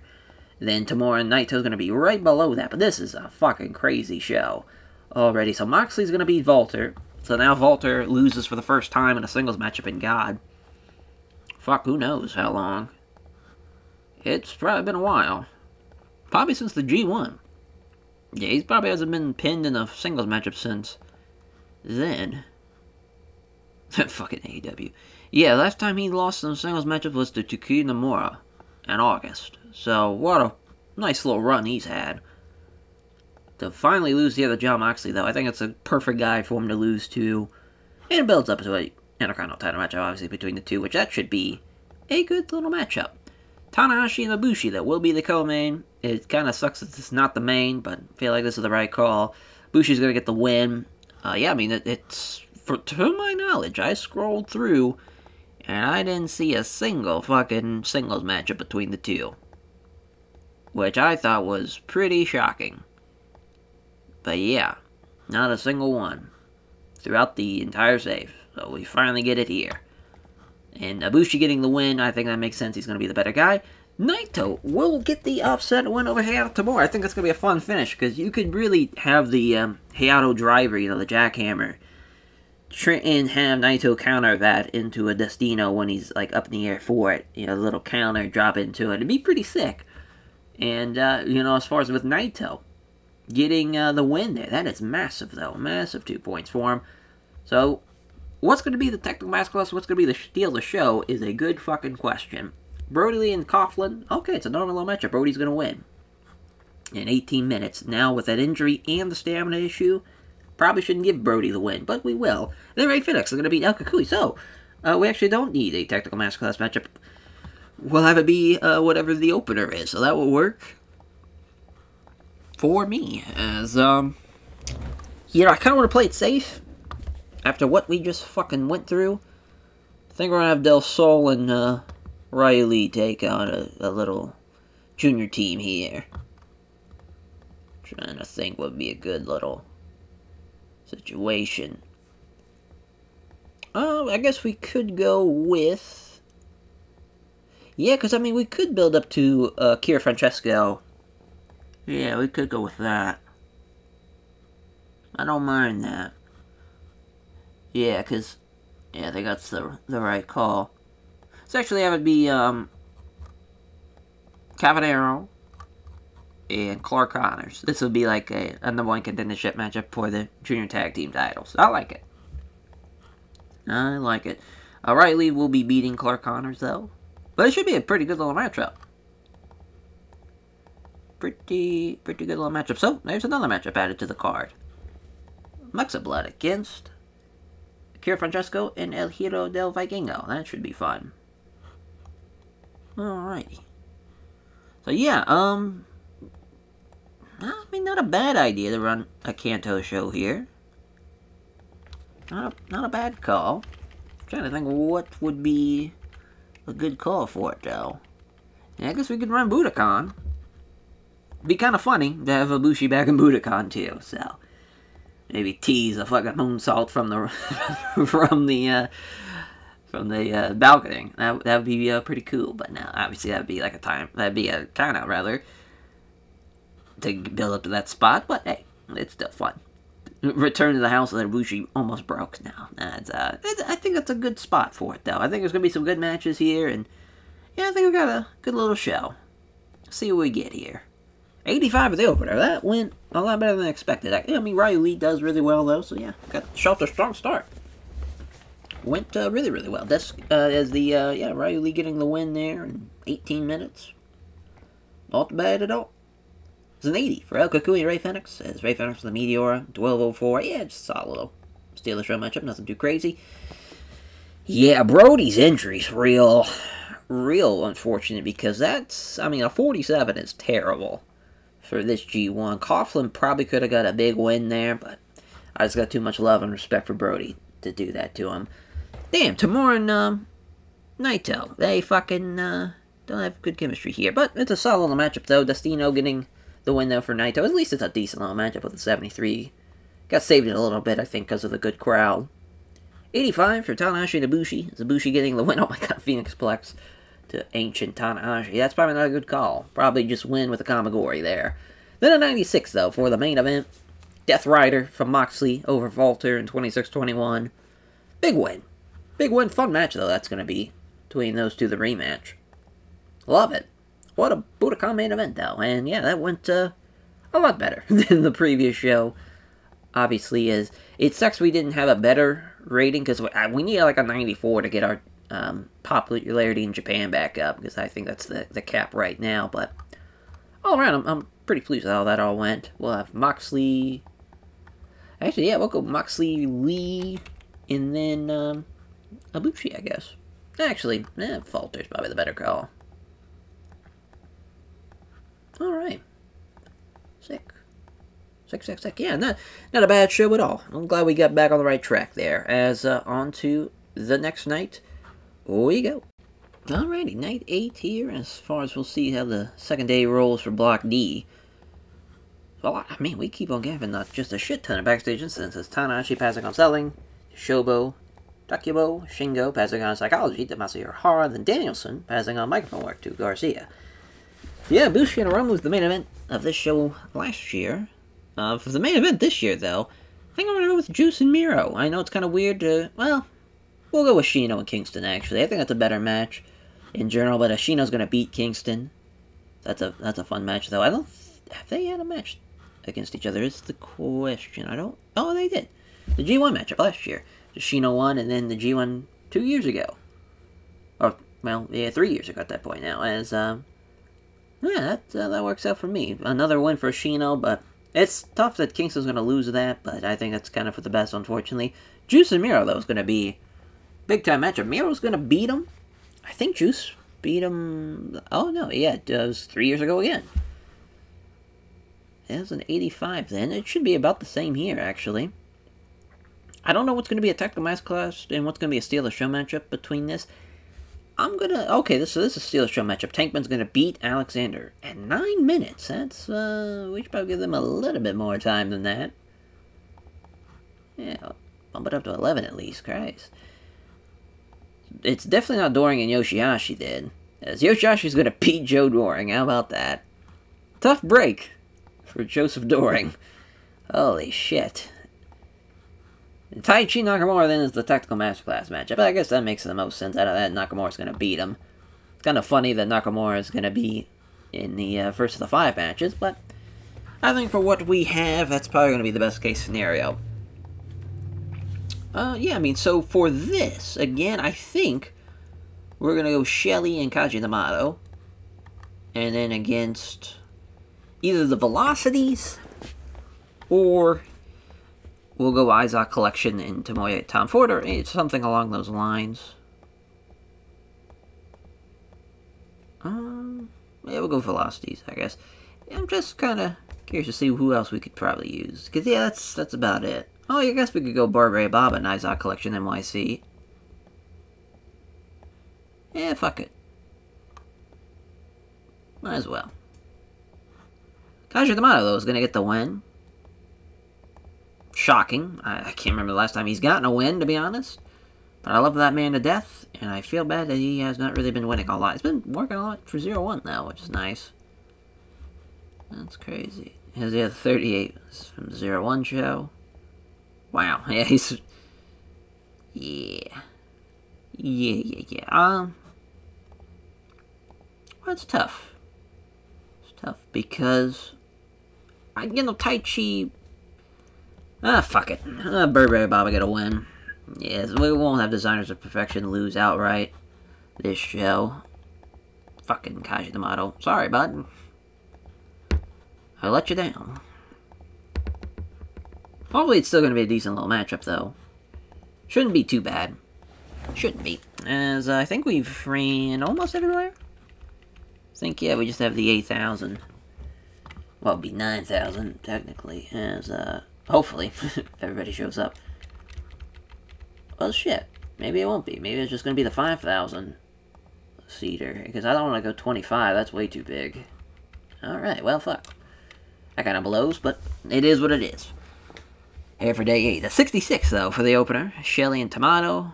Burberry Baba and Izod Collection NYC. Yeah, I mean, we could have Kaji Tomato beat Izod Collection NYC. It would have been fine, but...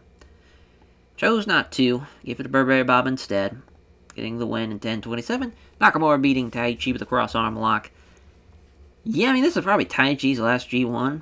Just the way he's performing. Just don't think he's got it in him anymore. He is 45 at that point. Guillotine choke, though, from Yoshihashi over Joe Doring.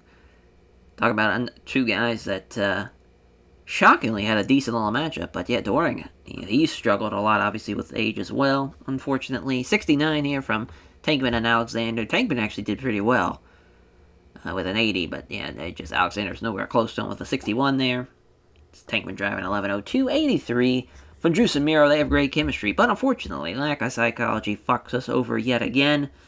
Game over for Miro over Juice in 25 minutes, and the main event's another 83. Two men with excellent chemistry again, or actually great chemistry in this case, but lack of psychology fucks us again. How fun. And another show that probably hurts our popularity, if I had to guess. I don't know why. There we go. Finish show. Oh, never mind. Alright, didn't result in any popularity changes. We got lucky there. Fuck, man. Just can't buy a break. But yeah, Shino. We'll go Miro and Tankman, I guess. Oh, actually, we put over Tankman last time. I'll go Juice then. Juice and Miro. That works for me. Sorry, Nakamura, but you kind of don't really need it, though. Plus, she didn't have one of the best matches. Obviously, that's Tai Chi's fault, but it is what it is. So yeah, on to night 9 here.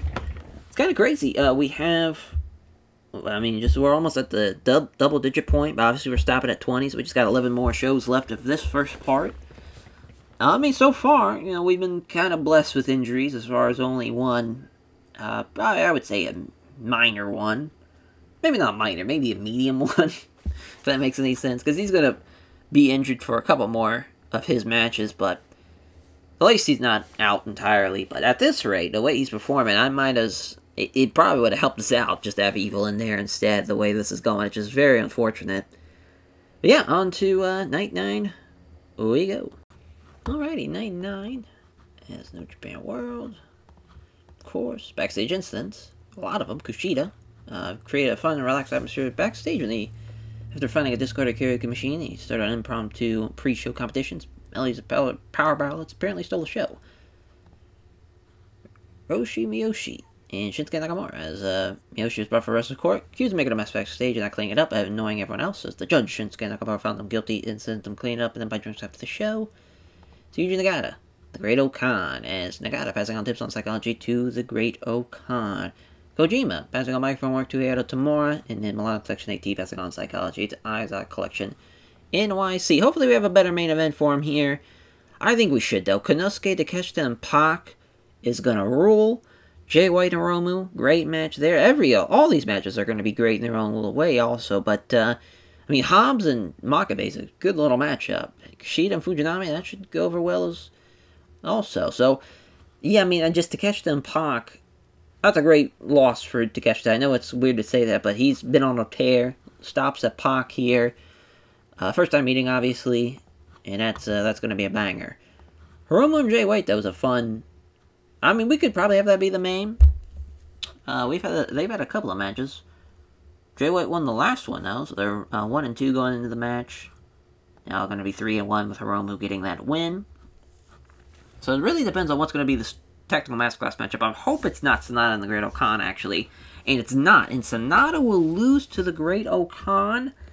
First of all, that's massive. Second of all, I mean, I get why we did that. I don't know, though. That's a big upset. We'll keep it, though. I don't love it, but it's just going to have to work for now. So I'm assuming Makabe and Hobbs is a Steal the Show matchup. So here's Makabe getting the win over Will Hobbs. So we've seen Hobbs now. He should have lost by submission to the Kimura, while he was hanging on, Kushida. Now we're going to have Makabe beat Will Hobbs here. I don't know how I feel about it. It's, honestly, let's have Hobbs win. Why not? Have the big man beat the little man. Might as well, right? And then Kushida and Fujinami. Technical masterclass matchup as Kushida will beat Fujinami there. That was a tough one. Kingdom Strong style guys. Feel like Fujinami could use that win, but I think we'll be fine the way it is, though, unfortunately. Tag matchup for the opener. I think we're going to go with... Actually... Yeah, we'll just go junior tag. I was going to have it be something else, but yeah, just a junior tag works for me. Ishimori, Parker, Bushi, SB, Kento. Perfect. So as far as their history, yeah, Bushi, SB, Kento won the first time around, and the G1 last year, so a little return match there, and I think we'll return the favor. Having Parker and Ishimori get well, we'll give it to Drew Parker, though. He's going to beat SB Kento. Poor SB, I thought he was going to do a lot better when he came back from Excursion. I was really excited for him. They gave him the super push, and I don't think it helped him at all. That super push, and plus, I mean, he's still 25. A lot could still happen, but it's just, he is improving a little bit.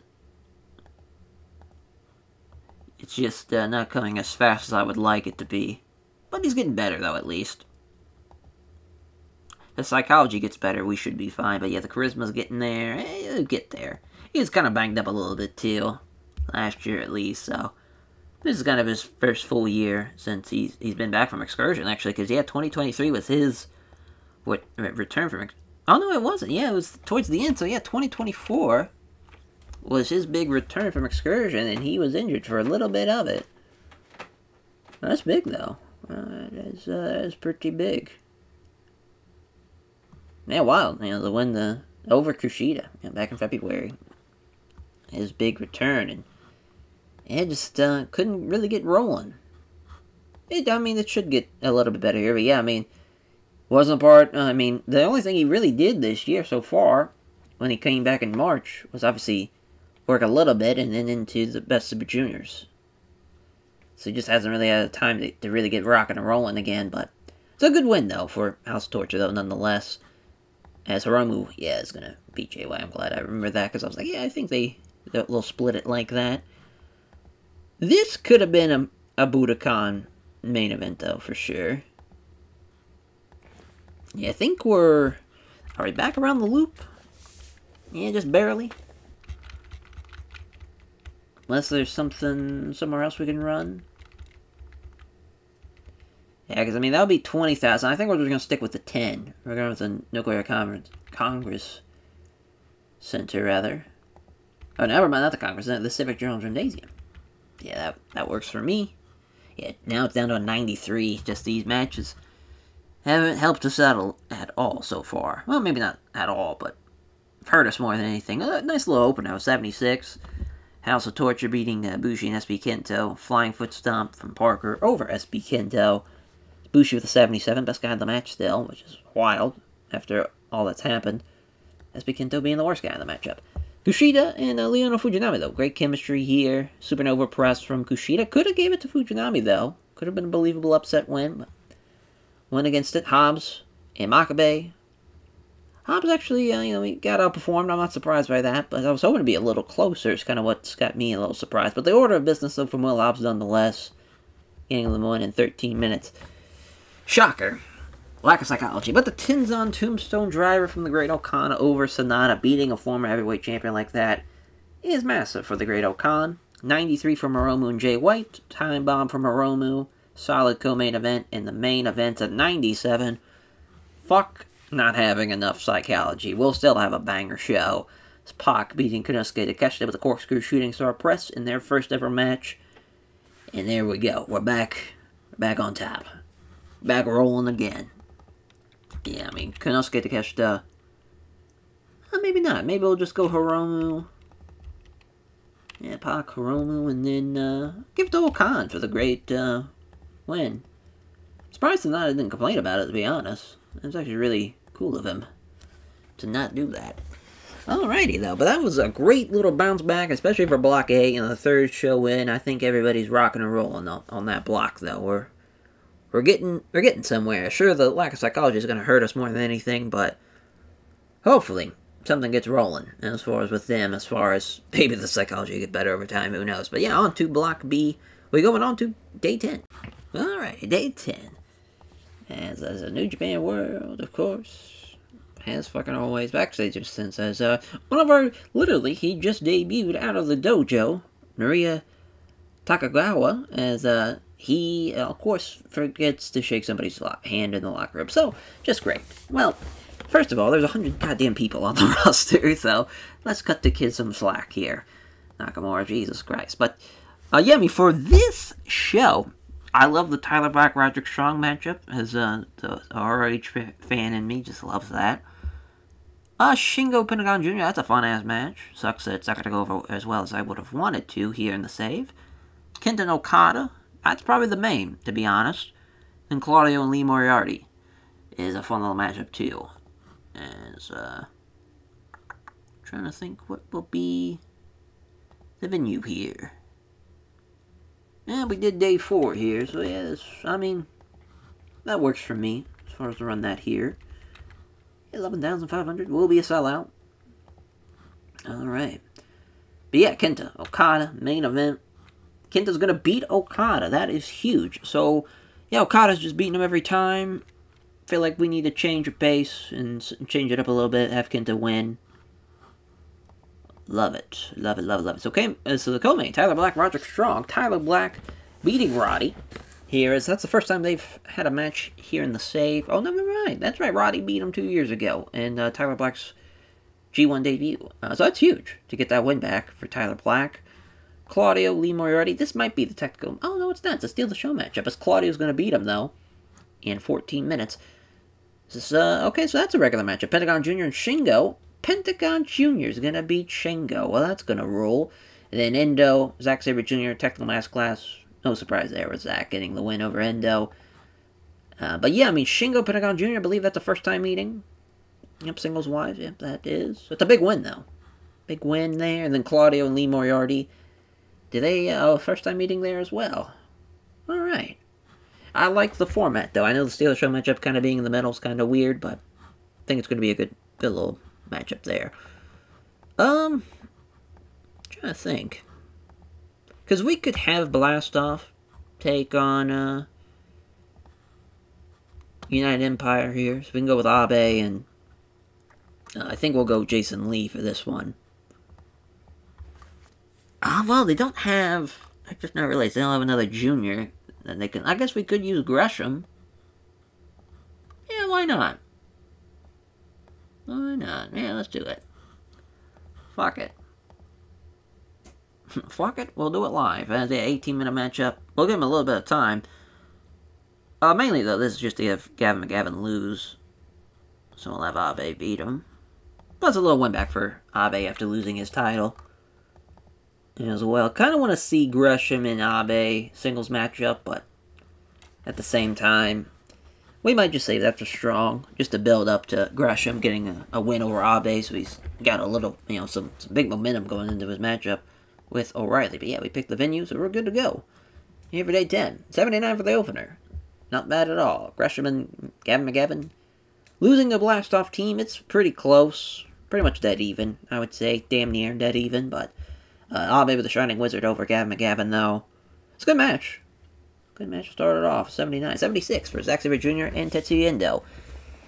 Should have gave it a little bit more time, so it didn't have a too short for an important match, but, you know, Zack in a technical masterclass matchup, he's in his element there and gets the win in a decent little matchup there. 77 for Pentagon Jr. in Shingo Takagi. Fear Factor from Pentagon Jr. over Shingo. I just love that match. You know, I think stylistically it makes sense. I think they'd have a banger, to be honest. I don't know, maybe in 2025 they might not, but I still would hope that Shingo can still go. We'll see. Oh, they don't click. Just our luck. Claudio's off his game as well. Just a fucking brutal matchup. Claudio gets outperformed by Lee Moriarty. We could have had a big upset there, but went against it. Yeah, it sucks. Sucks. But we get it back on track here with a 91 as Tyler Black with a curb stomp over Roderick Strong in 27-37, our main event. It's a 90, Kenta Okada. Okada did outperform him, but Kenta gets the win with the go to sleep in 26-44. Yeah, I like it. Went pretty well.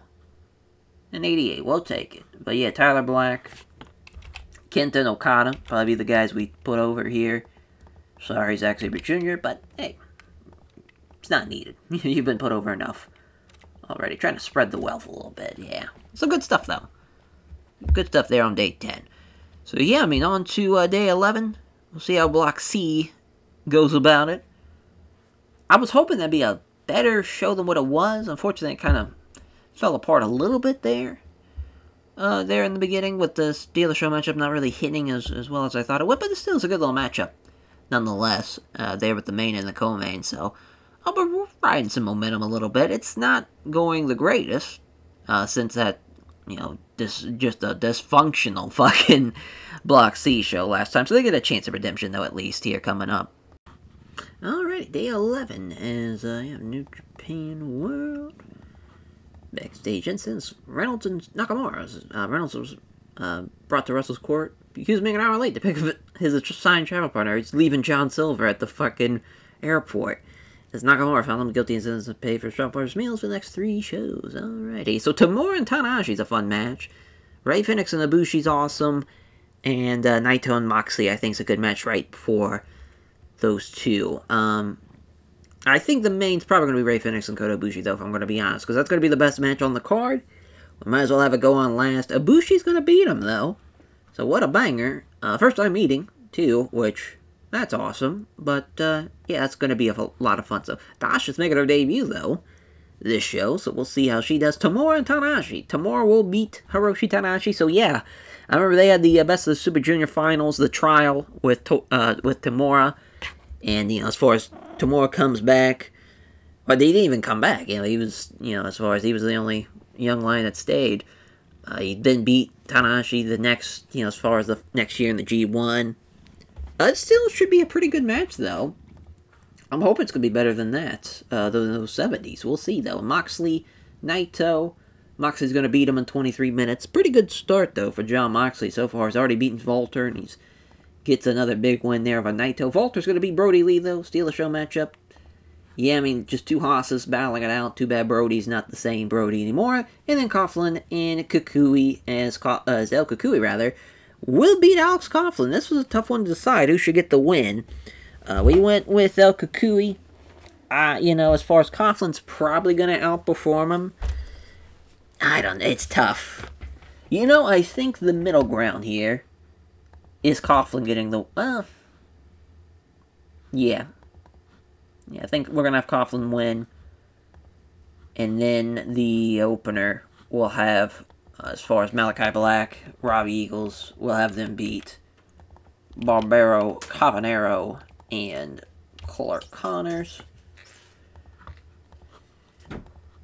Alrighty, though. I mean, that's a pretty solid opener, though. All things considered. And then, yeah, we want...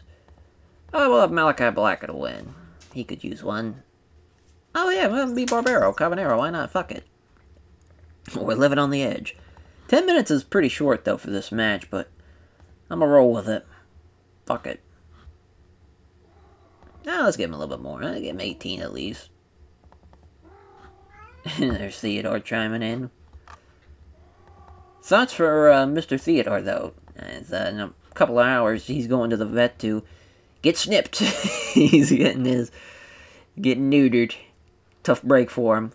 But I caught him spraying all over the place in a spare bedroom closet, and can't be doing that.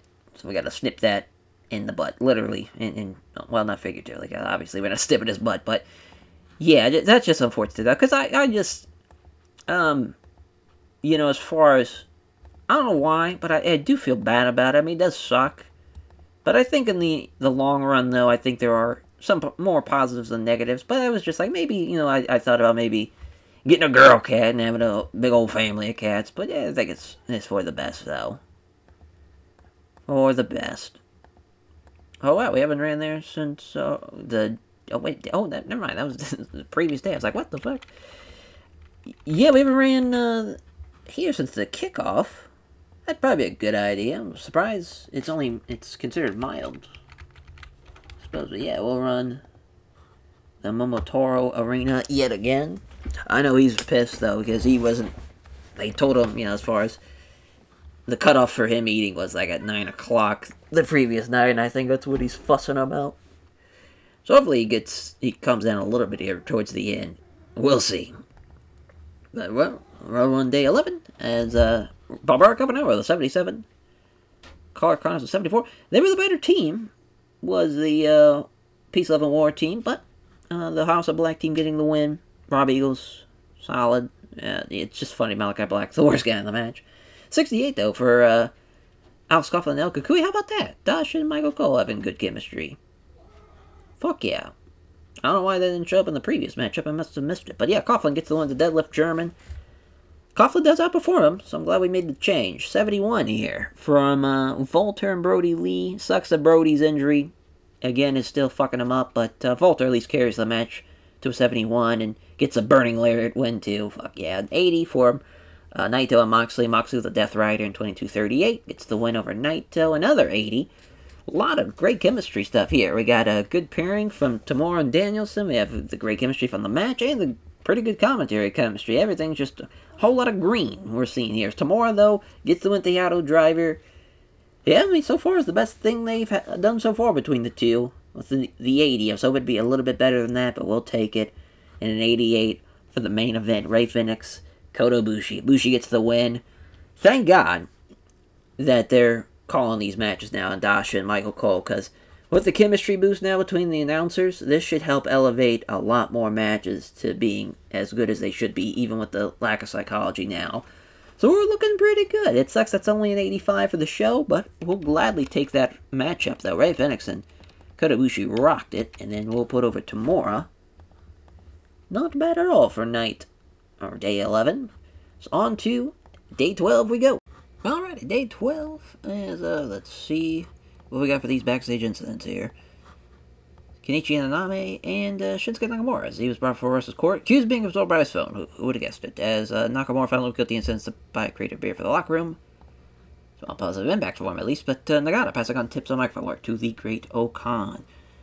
As for this main event, I mean, you gotta go Nakamura and Alexander. That's probably the best out of the two potential main events, but yeah, Nakamura's going to get the win. 23 minutes. Nice little win back for Nakamura. We'll have Yoshihashi and Juice actually be the co-main, as Juice is going to beat him.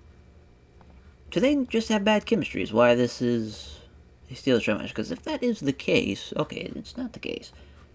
Alright, yeah, we're just kind of letting them go 12, I guess. Fuck it. I mean, actually, Tankman and Miro should be way higher. I just now saw this, but yeah, Tankman, Miro, Calvin Tankman's going to beat him. That is a huge win. Miro beat him last year in the G1. That was their first singles match, so they're 1-1 now. Had a lot of tag matches against each other in 6-man matches, but the first one-on-one meeting. Oh, so I'm surprised Doring and Kingston is not a Steel Show matchup. But Kingston's going to beat him, though. That's a big win for Eddie Kingston. As far as Doring beat him, The New Beginning, and Strong Taping. Damn, yeah, this Kingston finally gets a win, though. 20-minute matchup. Doring's going to struggle as well. Who would have guessed it? Oh, we'll have that just be there. And then Ashino and Taichi, I'm assuming it's a technical masterclass matchup. It is.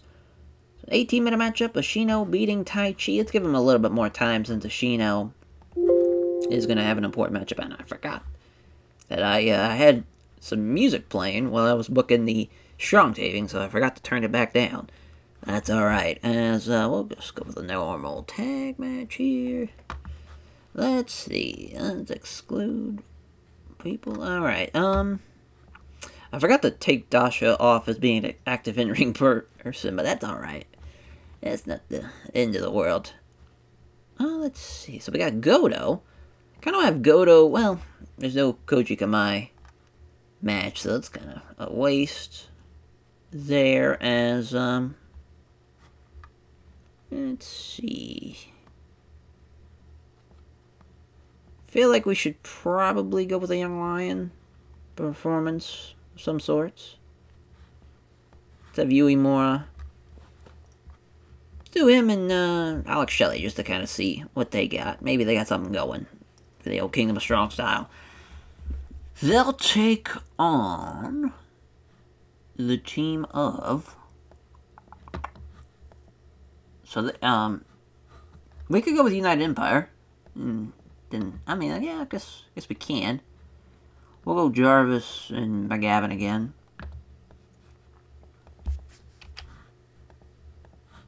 Now, usually I would say, yeah, we'll go 50-50 on this one, though. I think the Uemura Shelley team deserves the win. We'll have Shelley get the win. Not a bad opener. For day 12, not the best, but it's not the worst either, in the same breath. Or at least we're back up to 94. As I think we're back to Osaka. Oh, no, never mind. Wow, we haven't ran here since day 2, so this would be a good time to run the Green Dome again. Well, unless we have somewhere that's a little closer. Yeah, 8,000. Yeah, we'll just go the 8,000 seater. We'll make sure we sell this sumbitch out. Alright. As 71 for the opener. Jarvis and McGavin losing to Yui Mura and Alex Shelley. As, yeah, Shelley for 69, 59 for Jarvis, 61 for McGavin. Yeah, Yui Mura, worst guy in the matchup, but... Yeah, I'm still cool with it, though. It was relatively close, but at least Yui Mura's got the hot new move. As Shotaro Ashino with the T-Bone Suplex, getting the win over Tai Chi. Yeah, Tai Chi didn't have a prayer. It's an 82, though. That's a good little matchup. 68 for Kingston and Joe Doring. Oof. This didn't deliver. 68 there is Kingston with the backdrop driver, though, getting the win. 75 for Yoshihashi and Juice Robinson. It's Juice with the Pulp Friction.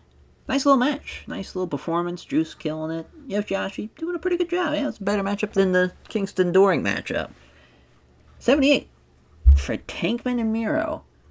Ooh, Tankman with a grade 2 quadricep strain. That is a tough injury to have. Didn't affect the finish, though, at least, so hopefully it's not going to affect him going forward too much. But yeah, it's not good. At least it's a strain. And then Alexander and Nakamura, they have great chemistry. Completely forgot about that. Glad that was the main event. As Nakamura with the Samoan driver over Alexander. Not even with the Boomaye, huh? But, yeah, we'll take it. Nakamura, though, having a great performance. Give a hug to Mr. Tankman for carrying on through. Then, well, yeah, we'll have to put over Ashino. I mean, he fucking killed it. I don't know why we just gave him some encouragement instead of putting him over, but that's alright. Fucking Jun Kasai. Alrighty, so yeah, I mean, we just basically have day 12s in the books. 13 to 20 left. Hopefully, nobody else gets hurt. We're getting pretty lucky with some of these injuries. Not being too drastic, but it just takes fucking one. And it's kind of the big thing there. But, yeah, on to day 13 we go. Alrighty, day 13. Some backstage incidents. Wow, a lot. As another wrestler's court. As Daisuke Kamayashi is... sends to buy drinks around after the show after not going out after last night's show. Satoshi Kojima passing on back from work to Hiro Tamura, the Milano Collection AT, passing on Psychology, the Aiza Collection NYC. So, Sonata Hiromu, that is for sure the main event. That's a banger. And Hiromu is going to beat Sonata. So this has been a hell of a G1 for Hiromu. He beats Pac, he beats Sonata. That is some major, major victories. As far as to see, yeah, they had a Intercontinental title matchup at Wrestle Kingdom 16. That was a big-time matchup, too. That's a big win for Sonata. That was his first ever championship win. And then they had the heavyweight title matchup, which Hiromu won. So far, they've just always been 77s. That's the last time they faced off against each other. That was 2022. This should be a banger, though. Fingers crossed there. Co-main event. We'll go Jay White and Pac. Jay White beats Pac. That is massive. So Pac's beating him every time. I like it. Yeah, I like it. It's a big win for Jay White. Pac's going to outperform him, but I'm cool with it. Now for the Technical Masterclass matchup. Hobbs and Great O'Con's probably the last as far as regular matchup. O'Con will lose to Will Hobbs here. I like it. Hobbs has done pretty well for himself. Hobbs beat him last year, though. I guess we could go with O'Con getting a win. It wouldn't be the worst idea. We'll just stick with Hobbs for now. Makabe, Kushida. It's probably the Technical Masterclass matchup, so I'm assuming Takeshita and Fujinami to seal the show. It is. And Konosuke Takeshita will get the win. And Makabe is going to beat Kushida in the Technical Masterclass matchup. So that's 2 wins for Makabe there. That is massive. We're going to give them a little bit more time, too. Not the Fujinami Takeshita match, or Takeshita match, but rather the Kushida Makabe matchup. Alright. So, trying to think. Yeah, I mean, we'll go, actually, we won't go Velocities. We'll go Tomoya. Actually, yeah, we'll go Izod. Shit. Just kind of... Yeah, we'll go Izod and Tomoya Tom Ford. That's actually not a good idea. Now I'm thinking about it. Yeah. That's not the play. Let's go Top Flight. I haven't booked them in a hot minute. We booked Dante on a... Oh, no, we didn't. Yeah, he hasn't been used since the Best Super Juniors. It's weird that as we used him back in... Oh, yeah, that's why we used Darius, but we didn't use Dante. Oh, still, that's been a month anyway, so... That's fine by me. Yeah, we'll go Kuya Miyagi, since we haven't used him in a while. Plus, he's one of the better youngsters. Yeah, I mean, we could use Kenichi Aname, I guess. Yeah, 24-25, that works for me. Top Flight gonna get the win? We'll give it to Darius, actually. He could use the win more than anything. Not a bad matchup. Not a bad match at all for Top Flight to get a win. I'm really looking forward to this show, actually. This should be a banger. Yeah, we're going back to Kyushu for this one. 15,000. Won't be 15,000 in attendance, but it'll be relatively close. Let's run the show. 64 for the opener. Top Flight getting the win. Yeah, Kenichi Aname at 24. 43, though, for Kuya Miyagi. Again, he's doing a really, really good job. Starting off like that is an 80 for Makabe and Kushida. Makabe with the Makabe lock in 20 minutes. He beats Kushida. Great win for Makabe. It's a 79 for Konosuke Takeshita over Fujinami. Takeshita, though, I mean, he's gotten some big wins so far. It's an 11-minute matchup for him, though, and that's nice to see. Hobbs in the Great O'Con. Hobbs does outperform him. It's relatively close, so we could have had O'Con get an upset win, but went against it. 97, holy shit, for Jay White and Pac. I completely forgot they had good chemistry.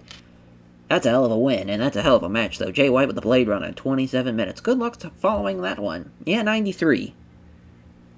A for effort. But yeah, they weren't going to top that. Sonata with the loss there to Hiromu. Tough break. Hiromu with the time bomb. It sucks again, the lack of psychology, but a banger. And a hell of a main and co-main. Great fucking show, though. Love that. Absolutely love that, yeah. We'll put over Pac. We'll put over Hiromu again. And, yeah, this time Sonata as well. Hell of a match, though. That was really, really great to see. Day 13, though, in the books. Awesome, awesome, awesome. Alright, on to day 14 we go. Alrighty, day 14. I gotta send Osaka Joe Hall for this one. We'll see. So yeah, we got Zack and Claudio, Endo and Tyler Black, Kenta Pentagon Jr., Okada, Moriarty, and Roddy and Shingo. Yeah, not the greatest of nights compared to what we usually see from this block, but I think, yeah, we're gonna go with, I don't want to go with Kanto either. I think we're gonna have to go with, the 8,000. Yeah, that's, well, not even 8,000, it'd be 5,000. Oof. Tough break for this group, but I think it's the right call. Zach and Claudio, it's going to be a draw. It's the main event. I think it's the right call. 1 point each. It's a hell of a match, though. Zach's going to do better than Claudio. Most likely, at least. Okada Moriarty can be the co-main, though, and Okada's going to beat him. Pentagon Jr. and Kenta. Kenta's going to get the win, though. 24 minutes, so Task Force Death members colliding there. Let's actually make that the co-main. I like that a little bit more than Okada-Moriarty. The reason why I like that Moriarty-Okada matchup is, of course, it'd be a first-time meeting, so there might be something special there, but you never know. Also could go the other way with that one. I think Kenta and Pentagon Jr. is a first-time meeting, too. And the save. It is. A lot of first-time meetings, because, Claudio and Zach, they haven't had a singles match either. It's pretty shocking. So yeah, a lot happening. A lot of new shit happening. I'm assuming Roddy and Shingo's the steal of the show. Oh, it's a Techno Masterclass matchup, and I left it open for some reason. Yeah, Shingo, Roddy, could go either way. I'm gonna go Roddy on that one. Roddy's gonna not only beat Zack Sabre Jr., but Shingo as well. So he's had a great G1 already, and he's only a couple of days in. And then Tyler Black, of course, will be beating Tetsuya Endo. We'll go with another tag, obviously. We'll go Vartan Peck. I'm trying to think, actually. Maybe I might go with another group of Young Lions instead. Yeah, we haven't used Masahiro Hara in a hot minute. Yeah, we'll do him and Shobo. And they will take on... So, we could go with Tozawa and Hook, so at least we can kind of redeem ourselves. Or even Yeihai. Yeah, we'll go Tozawa and Yeihai. And we'll have Tozawa pick up the win. Not a bad show all around. It went alright. One thing more than anything, but we'll see. Here's for day 14. Yeah, oof. Still not enough fucking... God damn it. That's what I get. I thought for sure Yeihai and Tozawa had it. Thought for fucking sure. Tozawa shits the bed too, god damn it. Well, this now sucks. At least it's 75, as Roddy beats Shingo with a half Nelson backbreaker. 20 minutes, that's a nice win though for Roddy. Now this, obviously too short, but Tyler Black gets the win nonetheless with God's Last Gift in 13:49. Got the crowd buzzing too, there we go, an 82 for Okada Moriarty, the Haju Bomb from Okada getting the win. 82 there, and 88 for Kenta Pentagon Jr. Perfect co-main. I think we got it back. Yes, we did. As perfect for the main event to build this up to a hell of a main as Kenta combo into the Psycho knee. Loving the G1 from Kenta so far, and a 93 for the main event, thank God. But 1 point each for Zack Sabre Jr. and Claudio Castagnoli. Can't wait to see the rematch between those two. And yeah, all around, that was actually a lot better show than I thought it was going to be. But yeah, we'll put over Kenta, we'll put over Zack, and Tyler Black. I think that's the right call there. Pretty fast, that one. It took about 4 minutes. But we're rocking and rolling now. We're kind of hitting our stride. We're almost at the end of this first part anyways. It's on to day 15. We go. Alrighty, day 15. As I just have our, 6 shows left? Now, it's kind of weird as far as, oh, no, we got 5. Never mind, I don't know why I was thinking fucking 6. What an idiot. But, I mean, it's nice that we get to see Brody and Moxley. Does suck that he's not at the same level he once was, but it still should be a pretty good match. Ray Phoenix and Demor's probably the main. Tanahashi Naito, though, probably deserves to be the main, though. But, Bakken Okamoto, brought forward best court. Kuzma and I were late to pick up his assigned travel partner as the judge. Shinsuke Nakamura found him guilty and sentenced to pay for his travel partner's meals for the next 3 shows. Alrighty. As, yeah, well, fuck it. You only live once, as far as having Tanahashi Naito main event. Tanahashi's gonna beat him, too. That's pretty big. Tanahashi beat him last year. Why not? Let's give it to Naito instead. I might as well. A little switch. I think that's right. And Tamura and Ray Phoenix going to be the co-main. As Tamura's going to beat him. It's a good little match, though. Obviously, bit of a styles clash, but first time meeting, too, between those two It should go over pretty well, though, hopefully. Brody and Moxley, as Moxley's going to get the win. They had, it was the first summer struggle, the first and only, rather, summer struggle show in Jinju, in the stadium. The fucking Texas Death Match. Yeah, it was a lot of fun. Sucked up was only 68, but this match should go over better. Just because Moxley's now way better than he was at the beginning of this. Volter and El Kukui can go here. And steal the show match. If Volter's just going to win in 11 minutes, just beats the shit out of him mostly. And then Bushi and Alex Coughlin will be the Technical Match Class matchup, of course. And Bushi's going to get the win. Man, I think every single match but Tanahashi and Naito is a first-time matchup. It's pretty cool. Well, actually, and Brody Lee and John Moxley. But for the majority of the G1 matches for this night being first-time matches, that's pretty cool. That is pretty cool. Yeah, I mean, we could go Cabanero and Connors taking on, like, Lee and Abe. I don't mind that. I don't mind that one bit. Yeah, just a little 10-minute match of Peace, Love, and War. You know, it's weird because Peace, Love, and War probably should lose this. Or rather, should probably win this since Coughlin's losing to Ibushi. But again, I just think Abe should get a win here. I just feel it in my gut, you know. Clark Connors will take the fall, and yeah, that's day 15 in the books there. So yeah, then as far as 16, 17, 18, 19, and 20 left, as we are almost at the home stretch. Well, we're basically towards the end now, but obviously of this first part, obviously. But I mean, so far we've had our good shows, we've had our bad shows.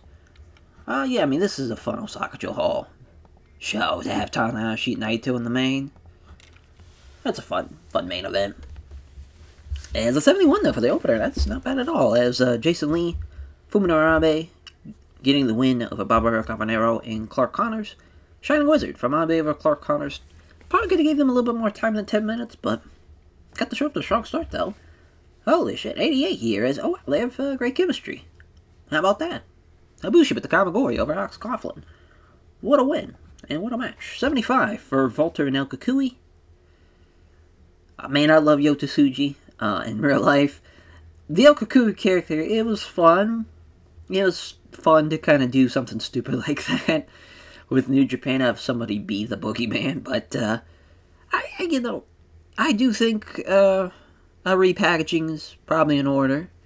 I don't know exactly how I'm going to do it, is the thing.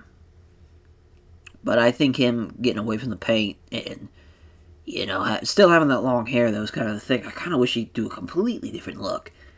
But obviously, in real life, he still has long locks flowing. But man, if we got something for that to completely change that around, that would be fantastic. But, you know, it's still a fun little idea that we got to do the Boogeyman, as John Moxley beating Brody Lee at Death Rider in 23-31. It's Brody Lee getting the win, or Brody Lee rather losing to Death Rider, but he was visibly tired towards the end again, and it's crazy. Evil probably is now better than Brody Lee in the save, which is just very funny how that worked out. As the 75 from Tamura Ray Phoenix, Tamura with the jackhammer, 25-46. You love to see it. As Ray Phoenix with the, you know, it sucks. He was really off his game, so he could have probably outperformed Tamura, but it's weird that it was only a 75, but I guess at the same time, it wasn't the greatest of performances. And another 75. And for the main event, Naito pinning Tanahashi with a Destino. Yeah, another show that's a bit of a dud. It sucks because Ibushi and Coughlin was great, but obviously in the wrong spot. We should have just had that be the main. I don't know what we would have had as a technical match class match. I guess we could have had Tamura and Ray Phoenix, just flip that around, have that still be the main, and try to help us out a little bit. But yeah, just brutal. Brutal. And yeah, we'll give love to Ibushi, obviously, Tanahashi, and trying to think who else. You know, give it to the fucking man that was in the opener, Fuminori Abe. Why not? He was fantastic. Alrighty, though. Day 15 in the books. on to day 16 we go. And after day 16, of course, it'll be the final kind of matches of each block for this first part. This is massive. Massive for sure, as far as we'll look and see how the standings look as well after, because this will be 5 shows, or yeah, 5 matches in, if my math is correct, as I believe I set up to where it's 5 the first part and 4 in the second part. Either way, it's 4 and 5 or 5 and 4. I want to say it's 5 right now, but yeah, just play it safe. We'll say it's 5 for now. But yeah, on to day 16 we go. Alrighty, day 16. Let's see what we get for this major show here, because I mean, yeah, we got Alexander, Nishino, Nakamura, and Miro's definitely the main though.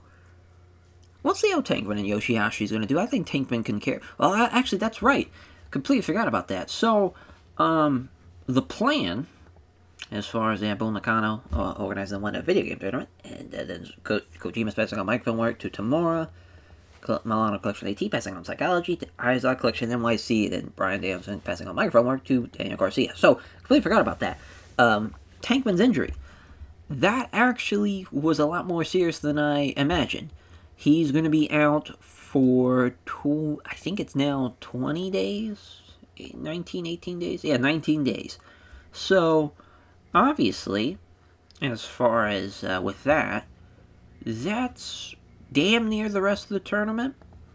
What we're going to do, instead of having him forfeit, which I guess we could, yeah, I think we will. I think we're just going to have him pull out, because I was just going to have Evil replace him, but might as well, as far as have Tankman be, he's gonna forfeit, which is unfortunate, because it was right at the point where he probably could have been able to come back and still be able to do stuff, but he would have just end up forfeiting those matches. But I think we might as well just have him forfeit the entire thing. It's unfortunate, but that's just the way she goes. So as far as for that matchup, well, I'll have Yoshihashi. Probably have him team up with Goto to take on probably Reynolds and Silver, if I had to guess. So that's unfortunate for Count Tankman, because as you saw, he was in the lead. He was tied for first. But Nakamura and Miro, it's a big-time matchup, and Miro's going to beat him. That is massive. So Nakamura had beaten him every single time in the save. A couple of matches on Raw, but the big match was the UWF Rules matchup against him and Miro. That was a fun match to have. That was probably one of my favorite gimmick matches we booked for the King of Pro Wrestling tournament. But yeah, I mean, this is a big ass match. First of all, we're gonna give them a little bit more time. Yeah, the Never Overweight Champion's gonna lose there in the main event. Oh yeah, that makes sense. This be a technical masterclass matchup actually, as Ashino will be beating Josh Alexander. So Ashino still rolling right along. That will, I'm assuming this was the Steal the Show matchup? It was. And Yoshihashi was going to beat him, so I guess that's not too much of a bad break for Yoshihashi. He still gets his 2 points either way. Yeah, but Joe Doring, Juice. Doring's going to beat Juice. Doring and Juice, they had a G1 match. One of the first G1s that Doring was probably a part of, if I had to guess. Because I don't think it was in the 2021. I think that was his first one, so Juice beat him. Back then, it was a 71 then. Yeah, I'm cool with it now. It's not going to be that good of a match, unfortunately, but hopefully it works out well. Then Kingston, Tai Chi. Kingston's going to beat Tai Chi. We'll give him 20.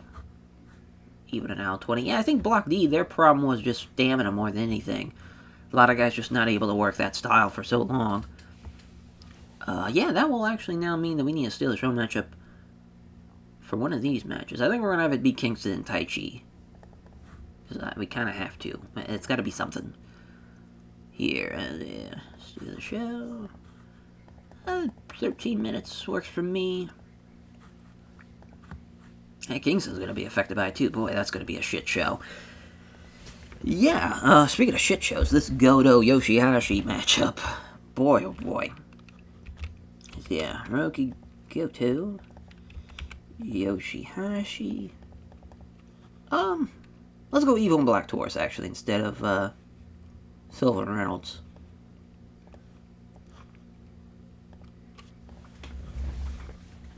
A decent little matchup here. Hopefully. But yeah, we're going to have Yoshihashi get the win. He's actually going to beat Black Taurus. Which is tough, to have Black Taurus lose like that. Obviously, we love our Black Taurus, but it's, it's for the best. As far as from that regard. But now that we have a tag match, we can have a opener that's a singles matchup. So we can have one of the Young Lions. Why not? It'd be, well, if we're smart, we'll put the best one out there in Akuya Miyagi.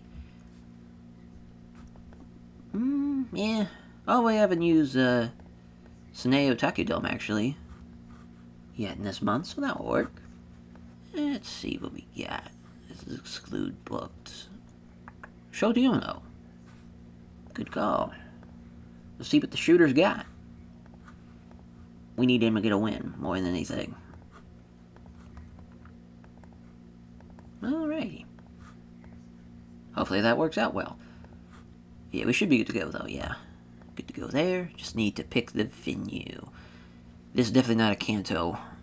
Well, I mean, it could be worse, I guess. Sure, let's run it in the Budokan. Fuck it. Fuck it. Why not, right? That's a hell of a main event. Just the rest of the card sucks. I just have too much respect for the Budokan. You can't have that type of match. You can't have that show, rather, out there. Yeah, we'll just run the Nagoya Civic Journal Gymnasium. That works for me. And let's see what we get here for day 16. 59 for the opener, Shota Umino, with the win in 9:39. I forgot to add his fucking finishers. You know, he could have made this G1. He really could have. He's getting better. He's actually improving a lot. 70 for Yoshihashi and Naruki Goto against Black Taurus and Evil. Black Taurus, best guy in the match. But obviously just said Evil beat him. But yeah, shout out Black Taurus.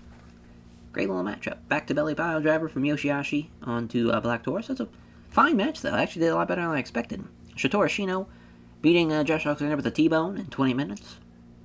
Not bad at all. He is 65. My god, that sucked. Yeah, I mean, Shota Umino did better than Eddie Kingston. Obviously, Kingston was really off his game, but that just hurts my soul. But the back fist of the future from Kingston getting the win in 13 minutes. 77 from Doring and Juice. Juice was off his game. I'm assuming that's because he was losing. He fucking sandbagged him out there. But Doring gets the one with the Revolution Bomb in 22:58. Yeah, at least we get a main event that's a solid matchup. As an 86 from Nakamura and Miro. I'm not sure why Miro is kind of getting worse all of a sudden. He must be declining. Nope. It's just inconsistent. Weird.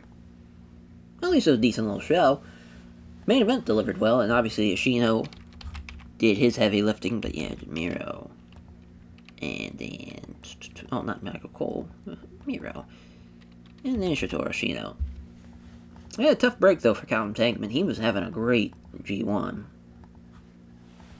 Get injured like that is brutal. So yeah, now on to the final shows for this part. For blocks A, B, C, and D. We'll take a look at the standings after we run day 20 show. And yeah, I mean, this is getting pretty intense, though. We're getting to the meat and potatoes of the G1 Climax level. We've already had some pretty big matches already. And I'm hoping they are not, there's still more to come. Hopefully. There should be. Especially with Block B, there's some banger matches lined up. That's going to be a lot of fun to see. But yeah, on to day 17. We go. Alrighty, day 17. Now they got some Budokan for this one. That's fine, because Paka Sonata is pretty sick, and Jay White and Konosuke Takeshita is a pretty solid co-main. Yeah, that will work for me. That will absolutely work for me. Alright, backstage incidents. Oh, Jim London. One of our Gaijin Young Lions, as he's riding the backstage area by being so cheerful and fun to be around. Way to go, Jim London. You savage. Shingo Takagi, that was brought for versus court, accused of being an hour late to pick up his assigned travel partners. The judge, Shinsuke Nakamura, found him guilty and sentenced him paid for his travel partner's meals. But that actually shows. Tanahashi and Shobo Takibo passing on psychology. He needs it. And Ishii passing on microphone work to Tomoya Tom Ford. Alrighty. Yeah, so obviously the main event, Pac, Sonata, all caps, the cap match. Pac beating Sonata here. Boy. Here's the thing. I would love to. I really would. But I just can't. Just can't do it. Think Sonata's gotta win this one. Think it's gotta go the Sonata's way. It's a tough break for Pac. Tough fucking break. Konosuke Takeshita and Jay White, though. Co-main event. Konosuke Takeshita beating Jay White. That is massive. Massive fucking win. That's also a first time meeting. So that should be fun. As far as what's going to be the... Assuming this is not a Steal the Show matchup. It is not. Will Hobbs is going to beat Hiromu. I'm cool with it. Because Hiromu beat him last year. Or a couple of years back. They're only singles matchup. So, yeah, a little strength goes a long way in that one. So I'm assuming... Damn, I really don't know what's going to be the Steal the Show, the Technical Masterclass, because they both could be it. We'll go with this as the Steal the Show. It is. As Okan beating Kushida. Yeah, they're 1-on-1. Both had matches in 2014. Kushida's match was a little bit worse. Yeah, we'll rock with Great Okan then. Fuck it. And then Makabe and Fujinami. Leona Fujinami beats Daniel Makabe in a huge upset there. First time meeting too, hopefully it's a banger, but I cannot believe Dan Makabe's not complaining about losing to him as well. That is just fucking massive. Massive victory. Awesome, awesome stuff. Let's see here. You know, let's go with a 6-man. Why not? Let's change it up a little bit, right? Let's have it be Burbe Baba, Isaac Collection, and Tomoya Tom Ford. We will go with Top Flight and Hayata Junior Fujita. But the main part of this is to give a win to Barry Baba because he needs one. We'll have him beat Darius Martin, unfortunately, for him. I think it's a pretty decent opener, though. Obviously, I think they're going to get outperformed in the Designers of Perfection. So I keep on trying to have decisive. There we go. But yeah, I mean, all around, a solid little matchup. I'm cool with it being at Budokan, though. Takeshita and Jay White, you know, Pac, Sonata, even Will Hobbs and Hiromu. Like, that works out for me. I'm cool with it. And Fujinami winning in Budokan is pretty cool. Obviously, that's kind of more of All Japan's venue, but still pretty cool. But Hayata Junior Fujita and Dante Martin and Darius Martin losing to the Designers of Perfection. I'm glad Burberry Baba at least outperformed him. That's a good sign. Tomoya Tom Ford's getting better, too. You know, Burberry Baba, it was a, I know we just had him in the junior, you know, Best Super Juniors tournament. He wouldn't be a bad call to have him. Obviously, Tomoya Tom Ford's probably the right answer to kind of replace Tai Chi, but right now, that's kind of been the case so far. But yeah, Burberry Baba getting the win. Nice little matchup. Daniel Makabe, though, losing to Leona Fujinami. The double under suplex. What a win. What an upset. Love it. That's what the G1's all about. Damn, they don't have any chemistry. That's why it was a Steal the Show matchup. I was remembering why that was. Kushida did outperform him, but the Great Okan gets the win. Man, Okada was off his game. Fucking Cobra Clutch. Got 1188. Hiromu and Will Hobbs. Again, lack of psychology for a Hiromu Takahashi matchup. Who would have guessed it? It's a 25-minute matchup. Order of business for Will Hobbs. What a win. What an upset. And that's awesome. Konosuke Takeshita and Jay White don't click. That is a pain in the chest is what that is. Damn, that sucks. But, I mean, it's still a decent little matchup. Even with the negative chemistry. We'll see how the main event does. Fucking 96. Poor Pac. I'm so sorry. But the Sonata lock on to Pac. Getting the win is Sonata. What a win. What a main event. And that's exactly what type of show we need to bounce back. Love it. Sonata. Pac. Makabe. Will be our guys we're going to put over. But yeah, Block A is really coming together. I'm not surprised at all. Obviously with the former heavyweight champion involved. With Pac involved. Makabe is a great talent. Will Hobbs is great. Konosuke Takeshita is great. Jay White is great too. I mean, there's a lot of talent. A lot of talent in Block A, that's for sure. And it's on to Block B we go. Alrighty, day 18. They got us in Budokan for this one. Okada and Claudio, the rematch from Dominion, Tyler Black and Zack Sabre Jr. Jesus Christ, this is a hell of a show. Tanahashi and Shobo Takibo as Tanahashi passing on back from work to him, and then Yuji Nagata passing on psychology to the Great Okan. I mean, yeah, we just ran Budokan, so probably wouldn't be running there. Let's see. Yeah, we could run the old ice arena. Don't mind that for day 18 here. But yeah, Tyler Black, Zack Sabre Jr., definitely the main event. And Tyler Black will be beating Zack Sabre Jr. That's a major victory right before the 30-minute mark, too. Big time win. Okada and Claudio. So obviously, Okada beat him at Dominion. So a little rematch win for Claudio here in 28 minutes. Kenta and Roderick Strong's going to be a banger, though. Technical Masterclass matchup. Alrighty, never mind. It's still going to be, a good match, but it's just not going to be right before the co-main. Wonder what's going to be the Steelers Show matchup. Alright, Lee Moriarty and Pentagon Jr.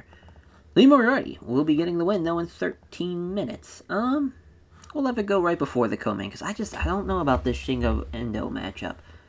I do know this much, though. Oh, this is a Steelers Show matchup. Alright, so we don't have to... We'll change that previous matchup. I will know this much. Tetsuya Endo is getting the win over Shingo Takagi. We're making that switch there. And then Moriarty and Pentagon Jr. So first of all, do they have bad chemistry or anything? Is that... Nope. Not seeing any bad chemistry here, so... we'll give them way more time. 22 minutes is fine by me. It's a regular matchup, alrighty. So, perfect. Alrighty. What a win, though, for Lee Moriarty there. As the... trying to think what would be a good little matchup here. Because, yeah, Endo... we could have an LIJ Blast-Off matchup. Could even, actually, let's go with a little something different again. I like what we're building up here. As, yeah, let's go Kuya Miyagi again. I forget if he's got good chemistry with any of the Young Lions. Oh, yeah, that's right. He's got good chemistry with Takibo. Perfect. Is he injured or something? What the fuck? Oh, no, it's, yeah, that's right. Shobo, Takibo. That's right. It's ass backwards. As, yeah, this will work. Oh, whoops. Forgot to actually add the match that I want. Let's go Garcia and Show. Little Dragon's Den matchup. This is mainly just to give Show a win, but this should be a decent little opener. Garcia probably going to be the best guy in the match. We'll see. Let's see how it turns out. Alright. Let's run it. 59. That is actually not that bad. Dang, Garcia. Looking like $1 million, I guess. Even with that 69 rating. But yeah, Shobo, Takibo still way below expectations. But Kuya Miyagi's, well, Shobo was really off his game too, so I guess there's that. But still, he should have at least been in the 30s with the chemistry boost. But yeah, it's a good match. Good little opener for what we need it to be. I guess more than anything. I wouldn't say a good little matchup, it's a 59. And a little below what we're used to seeing in those openers so far. But we'll take it. 87 though for Kenta and Roderick Strong. What a win for Kenta here. Getting the win with the Kenta combo into the Psycho knee. He's just had a hell of a G1. 78 for Shingo and Tetsuya Endo. As Tetsuya Endo with a Phoenix Splash over Shingo Takagi. An upset, but I think a believable one, nonetheless. A decent little 78, though. An 81 from Lee Moriarty and Pentagon Jr. If there was some chemistry here, this would have been... or not chemistry, rather, psychology. This would have been even better. But this is a phenomenal little matchup here between these two. And Lee Moriarty getting the one with the joint custody, too, is pretty nice to see. 83 for the co-main. Okada and Claudio, the rematch, as Claudio beats him with the stretch muffler in 28 minutes. The Dominion match, I think, was 1 point better, but obviously with Okada being the better performer, that makes sense. But the main event, though, was a 92, as Tyler Black with the curb stomp over Zack Sabre Jr. right before the 30-minute mark. 30 seconds left in the matchup. Major win. And a future U.S. title matchup there for Tyler Black, but man, again, just Kenta, his run so far has been unreal. Unfucking real. Let's actually put up a Lee Moriarty. That's awesome that he got a win like that. And him and Pentagon Jr. had a really good match. So happy for him. Alright, awesome stuff. Yep, just 2 more shows left. 19 and 20 for this first part. We'll see how blocks C and D do to end out this first part of the episode. Alrighty, day 19. Almost there. At the end here, Part 1. Backstage incidents. Christ, there's a lot. Jonathan Beck, though, accused of making a mess backstage, not cleaning it up. Knowing everyone else, come on, you can't be a young lion like that and make a mess. As the judge, Shinsuke Nakamura found them guilty incidents of shut up in Mind Drinks one after the show. And clean it up as well. As far as psychology tips from Tanahashi onto Shobo Takibo, Naito, and Akuya Miyagi. Naito passes on psychology tips to Akuya Miyagi, then Shibata passes on microphone work to SB Kinto. So main event, Walter and Kota Ibushi, by far. That is the main. And Ibushi beats Walter. So this is a rematch, of course, from Wrestle Kingdom. And that was a banger, of course. One of, if not the best, matches on Wrestle Kingdom. Should be a hell of a match here. Should be, as far as with Ibushi getting the win. We'll probably go Rey Fenix, Tanahashi here in the co-main. Tanahashi's going to beat him. Fuck, look at the ace go, man. I mean, Rey Fenix beat him last year, so guess that makes sense to have Tanahashi beat him this year. Coughlin, Tamura, little 50-50 booking there, but Tamura will be beating Alex Coughlin. Tactical Masterclass matchup. Yeah, I mean, should go over pretty well. I'm assuming the Steal the Show matchup is going to be Brody Lee and Naito. Yep. Brody Lee beating Tetsuya Naito in 10 fucking minutes. Hard to believe. They had the New Japan Cup Finals. That was only an 82. I thought that was a lot better matchup. The 90, though, for the Dominion U.S. title matchup was awesome. Then the First Blood match, they had a really good first couple of years. And the 85 for the G1 match. Yeah, it just hasn't been the same, obviously. They've gotten older, and it's just not clicking as much as it was in the beginning. But Brody's going to get the win, though. Nonetheless, Naito unhappy about that, but hey, what can you do? Moxley and El Kukui. Holy shit, giving El Kukui... Oh, that's right. This is the finish. This is huge. First of all, Moxley losing to El Kukui is massive, but the reason why, Malachi Black with the Black Mist into a, as far as El Kukui with a spear, Robbie Eagles, pulse drop as the ref's down. They get out of there. Ref, Wiggins back up for the 3 count for El Kukui to beat Jon Moxley. That is awesome. An awesome, awesome win. We will keep Moxley strong, though, because it's Jon Moxley. He is super pissed about that, though. So that's going to be crazy. First of all, now, we'll have to add a little bit more to this match. No one's going to see that El Kukui win, though. That's going to be a massive upset. Massive. Yeah, Brody's going to win, though. Sucks that match is going to suck a little bit, but, well, not suck. It's just not going to be at the level of that it could have been. Tough break. Tough break. Yeah, Brody Lee's stamina's going to affect him, too. I think it's going to be a hell of a show, though. I really do. Since he's kind of complaining about being kept strong, let's just take that off, too. Why not? Why the fuck not? Alrighty. So, we'll go with... Let's see. No, we just used Akamoto in this past Wednesday. I guess we could use Vard and Peck, since we haven't used them since a couple of weeks ago. Yeah, we could. I mean, Goto and Yo aren't over enough for that to work. Tomoya Tom Ford, though. Look at that. Hey, man, Burberry Baba. Let's get another win for him. Fuck it. Designers of Perfection beating the Young Lions there at the start of the year. Oh yeah, we'll give Tomoya Tom Ford a win this time around. Awesome. Look at Designers of Perfection go. They're really turning into a bit of a fun little stable. Everything's working out for them now. It's coming together. It's coming together. I'm gonna say, yeah, I think we're back to day... Oh, I thought we just ran the old Momotaro Arena. We must not have selected it and made sure it was. Damn. Oh, well. Let's run day 19 here. 61 for Peck and Vart against Burberry Baba and Tomoya Tom Ford as the Brainbuster from Tomoya Tom Ford. 10:21.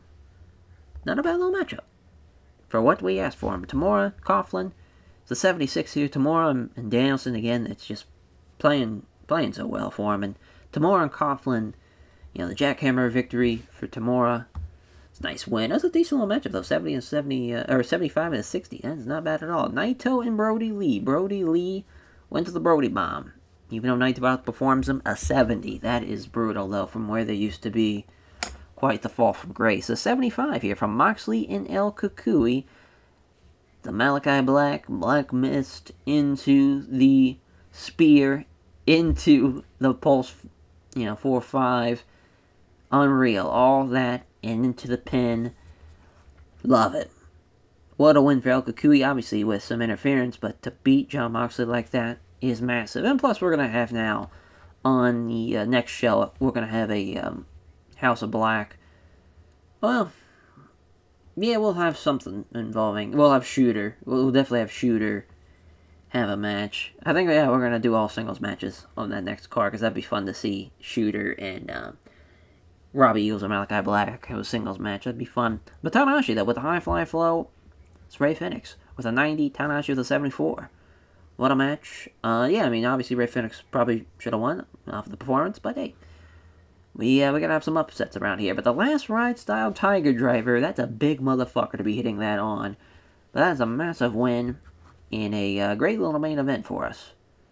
88, we'll gladly take that. 86 there. Yeah, first of all, Moxley, we gotta try to praise him as much as we can. And then, yeah, we'll just go with Ibushi. And yeah, we'll go Volter as well. We'll just go with them. Tough break for Rey Fenix, though. He had a great performance, but just, it is what it is. And now on to the final tour show of the episode here. The first part of the episode, of episode 93. The first part, 20 shows have come and gone now. Almost, around 19 right now, of course, but we will be at 20 here. We'll take a look and see how everything is laid out into this point. To have such a first month of the G1, basically, since it was basically 2 weeks, it's been pretty wild. We've had one injury where we had to have somebody vacate the rest of his matches. I guess forfeit, rather, not vacate. But yeah, so far, so good. It hasn't really been that much of a big swing. We're not signing Bob Sapp to the main roster, unfortunately. He's going to GCW just to add a little bit there. We got some new young lions again. We just keep on getting these LA Dojo kids. I don't even look to see what their stats are, and that's probably a bad idea, but sometimes I'll sign them, and if they're good enough that we can use them right now, we'll use them. Sometimes I'll send them off to CMLL, or even now GCW, just to kind of help them out a lot on their path there. Alrighty, so yeah, we're going to go for here for day 20. Let's keep it rolling. And I guess we'll just give them 100,000. Alright, we'll give him 250. That's the price of having over $400 million now. We can just burn money. Burn it away. Who fucking cares? Alright, so we know we want to do Yumino and Malachi Black. So we'll probably have that be the final match we add to this. Corey Oslin, though. Brighton moved backstage after being so cheerful and fun to be around. Suneo Takidome is, an hour late to pick up his assigned travel partner is Takidome, and the judge, Shinsuke Nakamura, found them guilty and sentenced to pay for his travel partner's meals for the next 3 shows, and the Nagatas passing on psychology to the great Okan. Alrighty, so Miro and Ashino is definitely the main, by far. And Miro's going to beat Ashino. To have Miro not only beat Nakamura, but now Ashino, that is a massive, massive fucking get. So Ashino's beaten him every single time but the first ever G1 match. I think it's time to right that wrong for Miro. And Ashino was going to complain about it, but noticed the intimidating sight of Miro cracking his knuckles and glaring and had a change of heart.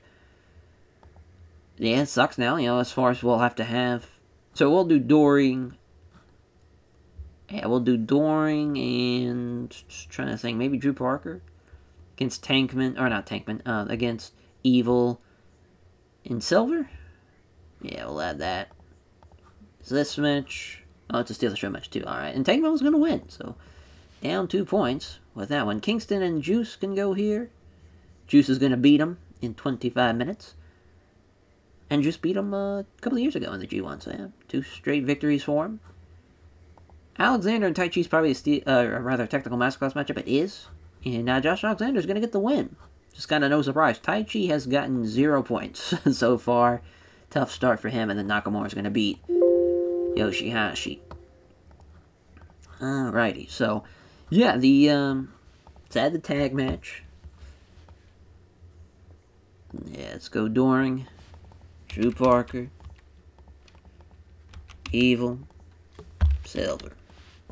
Evil Silver. Yeah, we'll have Joe Doring beat John Silver.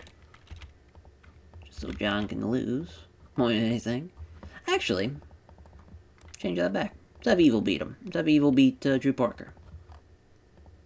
Why not? Yeah, we'll have that be the Steal the Show matchup. I was thinking it was going to be... Yeah, it's going to be weird now. Alright, so we're going to change it up a little bit, actually, now I'm thinking about it. We're going to have Umino and Malachi Black be the Technical Masterclass matchup now. And as fate would have it, Shota Uma's going to get the win thanks to interference from Moxley. So Moxley, I kind of want to have him still kind of have like the residue of the Black Mist. Obviously it's been like a day, but it's still like, it just kind of looks like he's been running around and rolling around like charcoal at this point. But it's just like a faded, Black Mist effect. It'd just be funny for the visual more than anything. But yeah, Moxley attacking Malachi Black. What a win for Shota Umino, first of all. But I'm going to love that. That's going to be fun. Oh, actually, Technical Masterclass. Shooter's not the greatest of technical skills, guys, which is weird. Because he actually is in real life. He's pretty solid. Pretty solid all around. But yeah, Malachi Black's going to be pissed about it. So be it. Yeah, we're good to go, though. Alright, so yeah, we'll take a look at the standings, though. As after 5 nights of action, Block A is tied with Konosuke Takeshita, Will Hobbs at 8, and then Hiromu, Jay White, The Great Okan, and Sonata, all with 6. Kushida with 4, and then kind of the outside guys looking in, Fujinami, Daniel Makabe, and Pac. It is crazy that Pac has only 2 points. He can only finish with 10. He'd have to win all of his matches, though. But that's crazy. He's only won 1 match. It was to Takeshita, but that's, the Great Okan loss, it was brutal. Hiromu's loss, brutal. Jay White's loss was pretty brutal as well. And even the Sonata loss would have been awesome to see, but it's just not the case for him. But Will Hobbs, though, only had the 1 loss. It was to Kushida. So that's going to be pretty big. He's got the tiebreaker to Hiromu. He hasn't fought Jay White yet, or Konosuke Takeshita. That's really going to be the big match, though, to see who might make it out of there. And, for Sonata, if he can, because he's got Will Hobbs left, Sonata's also got, as far as Takeshita as well. If he can get 2 big wins over those 2 guys, that's going to catapult him right back up to the top. So that's definitely something to watch out for Block A. And the next part of the episode is for Block B. Claudio Castagnoli with 9 points. He is in the lead. Tyler Black and Kenta are right behind him with 8. And then we have, with 6, Roderick Strong and Kazuchika Okada. 5 points for the U.S. champion, Zack Sabre Jr. So lost twice, won twice, and had the draw, of course, with Claudio. Right now, Claudio has not been pinned. Or submitted, obviously, or even lost by count out or something. But as far as he's got, Pentagon Jr., Roderick Strong, Shingo, and Tyler Black left. So still some big-time match, especially the Tyler Black match. The way Tyler Black's working right now, he's going to be the guy that might stop Claudio from making it all the way through. But if he only loses to Tyler Black after going through all that, and Tyler Black wins all of his matches too, he will still lose by 1 point, but it's going to be very, very close. Though, and it's still, anybody's really blocked to win. But for Kenta, he's got 7, 8, 9, and 10 left, just like that. As far as that's going to be huge for Tyler Black and Kenta, having their match against each other. That's what they're going to dictate who might make it out of there as well. And for Block C, we have a 3-way tie for first. Again, nobody has 10 points yet, as it's Tamura, Moxley, and Ibushi. Obviously, Moxley just lost thanks to the Black Mist, and that was El Kukui's first win. Coughlin, of course, beat El Kukui, so that's why there's nobody that has 0 points. But yeah, Tamura with 8. Moxley with 8. Ibushi with 8. That is going to be massive. Tamura lost to Hiromu. Or not rather Hiromu. He lost to Naito. Moxley, of course, losing to El Kukui, which we talked about already. And then Ibushi's already lost to Tamura. So because that tiebreaker lost to Tamura, Ibushi's kind of looking like he's going to need to beat somebody else. He still has the Moxley match, which is going to be massive, but if Tamura and him tie, of course Tamura's going to get the edge with the tiebreaker. But yeah, I mean, Volter with 6 is pretty crazy to think that he came in after not being pinned in like a single calendar year, and he's now lost twice. Pretty tough for him, but, you know, as far as, that's to tough opponents, though, the Moxley and Kota Ibushi, no slouches at all. And for Block D, of course, so we actually know Ishino's got 10 because of the the forfeit lost to Tankman. So he would have been at 8 right now, but even then, he's just going to jump up to 12. He's in the driver's seat looking to drive right on through to the finals right now, because he beating Nakamura, and as far as if he can beat Miro, that is going to be the big deciding factor. I was thinking Miro and Ishino just had their match. Oh, they did just have their match, rather, excuse me. As, yeah, Miro with 8 and Ishino with 10. So with Miro with that win, that's going to open him up to be able to potentially win this whole goddamn thing for Block D.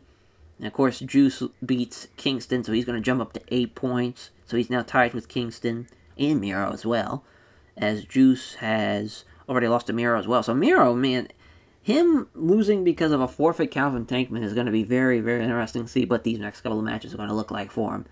Because he's got, as far as, you have the Kingston match still, you have the Josh Alexander match still, which Josh hasn't won a match yet, and Taichi and Yoshihashi, 2 guys who have not won a match, rather, and Yoshihashi's got 4. Really, his biggest test is Kingston, and other than that, he might make it all the way. But of course, he will still need Ishino to lose again, is the big thing for him. Because of course, Ishino, the 1 loss each, but as far as because he lost to Calvin Tankman, that's really going to throw things, and it's a bit of a wrench in those plans. Kingston could have a hell of a block, though, if he can not only get a win to stop Miro, but he would be the runner-up in this block, which that'd be huge for him. Yeah, just, I mean, tough break for Tankman. He had 6 points, and just sucks that he had a forfeit. He would have 8 right now if it wasn't for the Joe Doring, the Joe Doring match, so just unfortunate there. And Yoshihashi would only have 2 points, too, so that's a tough break for him as well. Actually, no, he was still at 4. Tankman would have lost to that match, that's right. But yeah, we were, we're all squared away now with that. And then we gotta find our venue. I think, yeah, we're on to, well, I don't want to do 12 because they had just already seen them. I think we're gonna go back to the, this venue here in front of 5,000, ITEM, Heim. I think that's how you pronounce that. I feel like I fucked that all up, but that's alright. Even though it's going to be a great main event in front of that many people, kind of sucks, but it still should be a fun show. 54 for the opener. Malachi Black losing thanks to the interference from Jon Moxley. What a win. What a win for Shota Umino. 49-50 on the ratings there, so slight upset, but believable nonetheless. Drew Parker and Joe Doring losing to Evil and John Silver. A couple points difference there. Again, believable upset, but tough break there most of all for Evil and Silver. To get a win, though, is awesome. It just sucks that Drew. It's funny, Joe Doring was the worst in the match, and he's actually in the G1 when guys like Drew Parker and Evil, Evil did the exact same, and Drew Parker outperformed him. So just kind of funny from that perspective. But Josh Alexander and Tai Chi, the Pearl River Plunge. That's right. Alexander gets his first points, so Tai Chi is still going to be winless. Battle the winner of the the losers rather of Block D so far. Nice 2 points for Josh Alexander. 77 for Yoshihashi and Nakamura. Nakamura gets the win with the Samoan driver in 2020. An 80 for Kingston and Juice. That's Juice with the Pulp Friction. 25-07. Great little win for Juice Robinson, though. And then the main event's an 89. The Bullplex from Miro beating Shotaro Ashino, being the first guy to stop him. so far in his return. Big win, though. Big win for Miro. That is massive, and could potentially win the block just with that win there if things keep on going his way. But that will do it for part 1. What a start. And, I mean, we still had some great matches, but I still think there's going to be some more phenomenal matches. You know, this is definitely not over with yet. Tough break for Nakamura, though, losing to kind of the two guys that have just been on a tear right now with Miro and Ashino. It's just those three have really been running roughshod over that block. They've been the bullies for sure of it. But yeah, next time you'll see us, so it's kind of interesting how that works out. Part 1, you get 20 shows. Part 2, you get about 16 to 17. Well, you get around 16, yeah, because it's 21 to 36, and then obviously the final show. Sometimes we have a semifinal, but obviously now, because we're going to have the 4-way to use the winner, we don't need a semifinal show anymore. But yeah, thank you all for watching, and we'll catch you guys next time. Take care, everyone.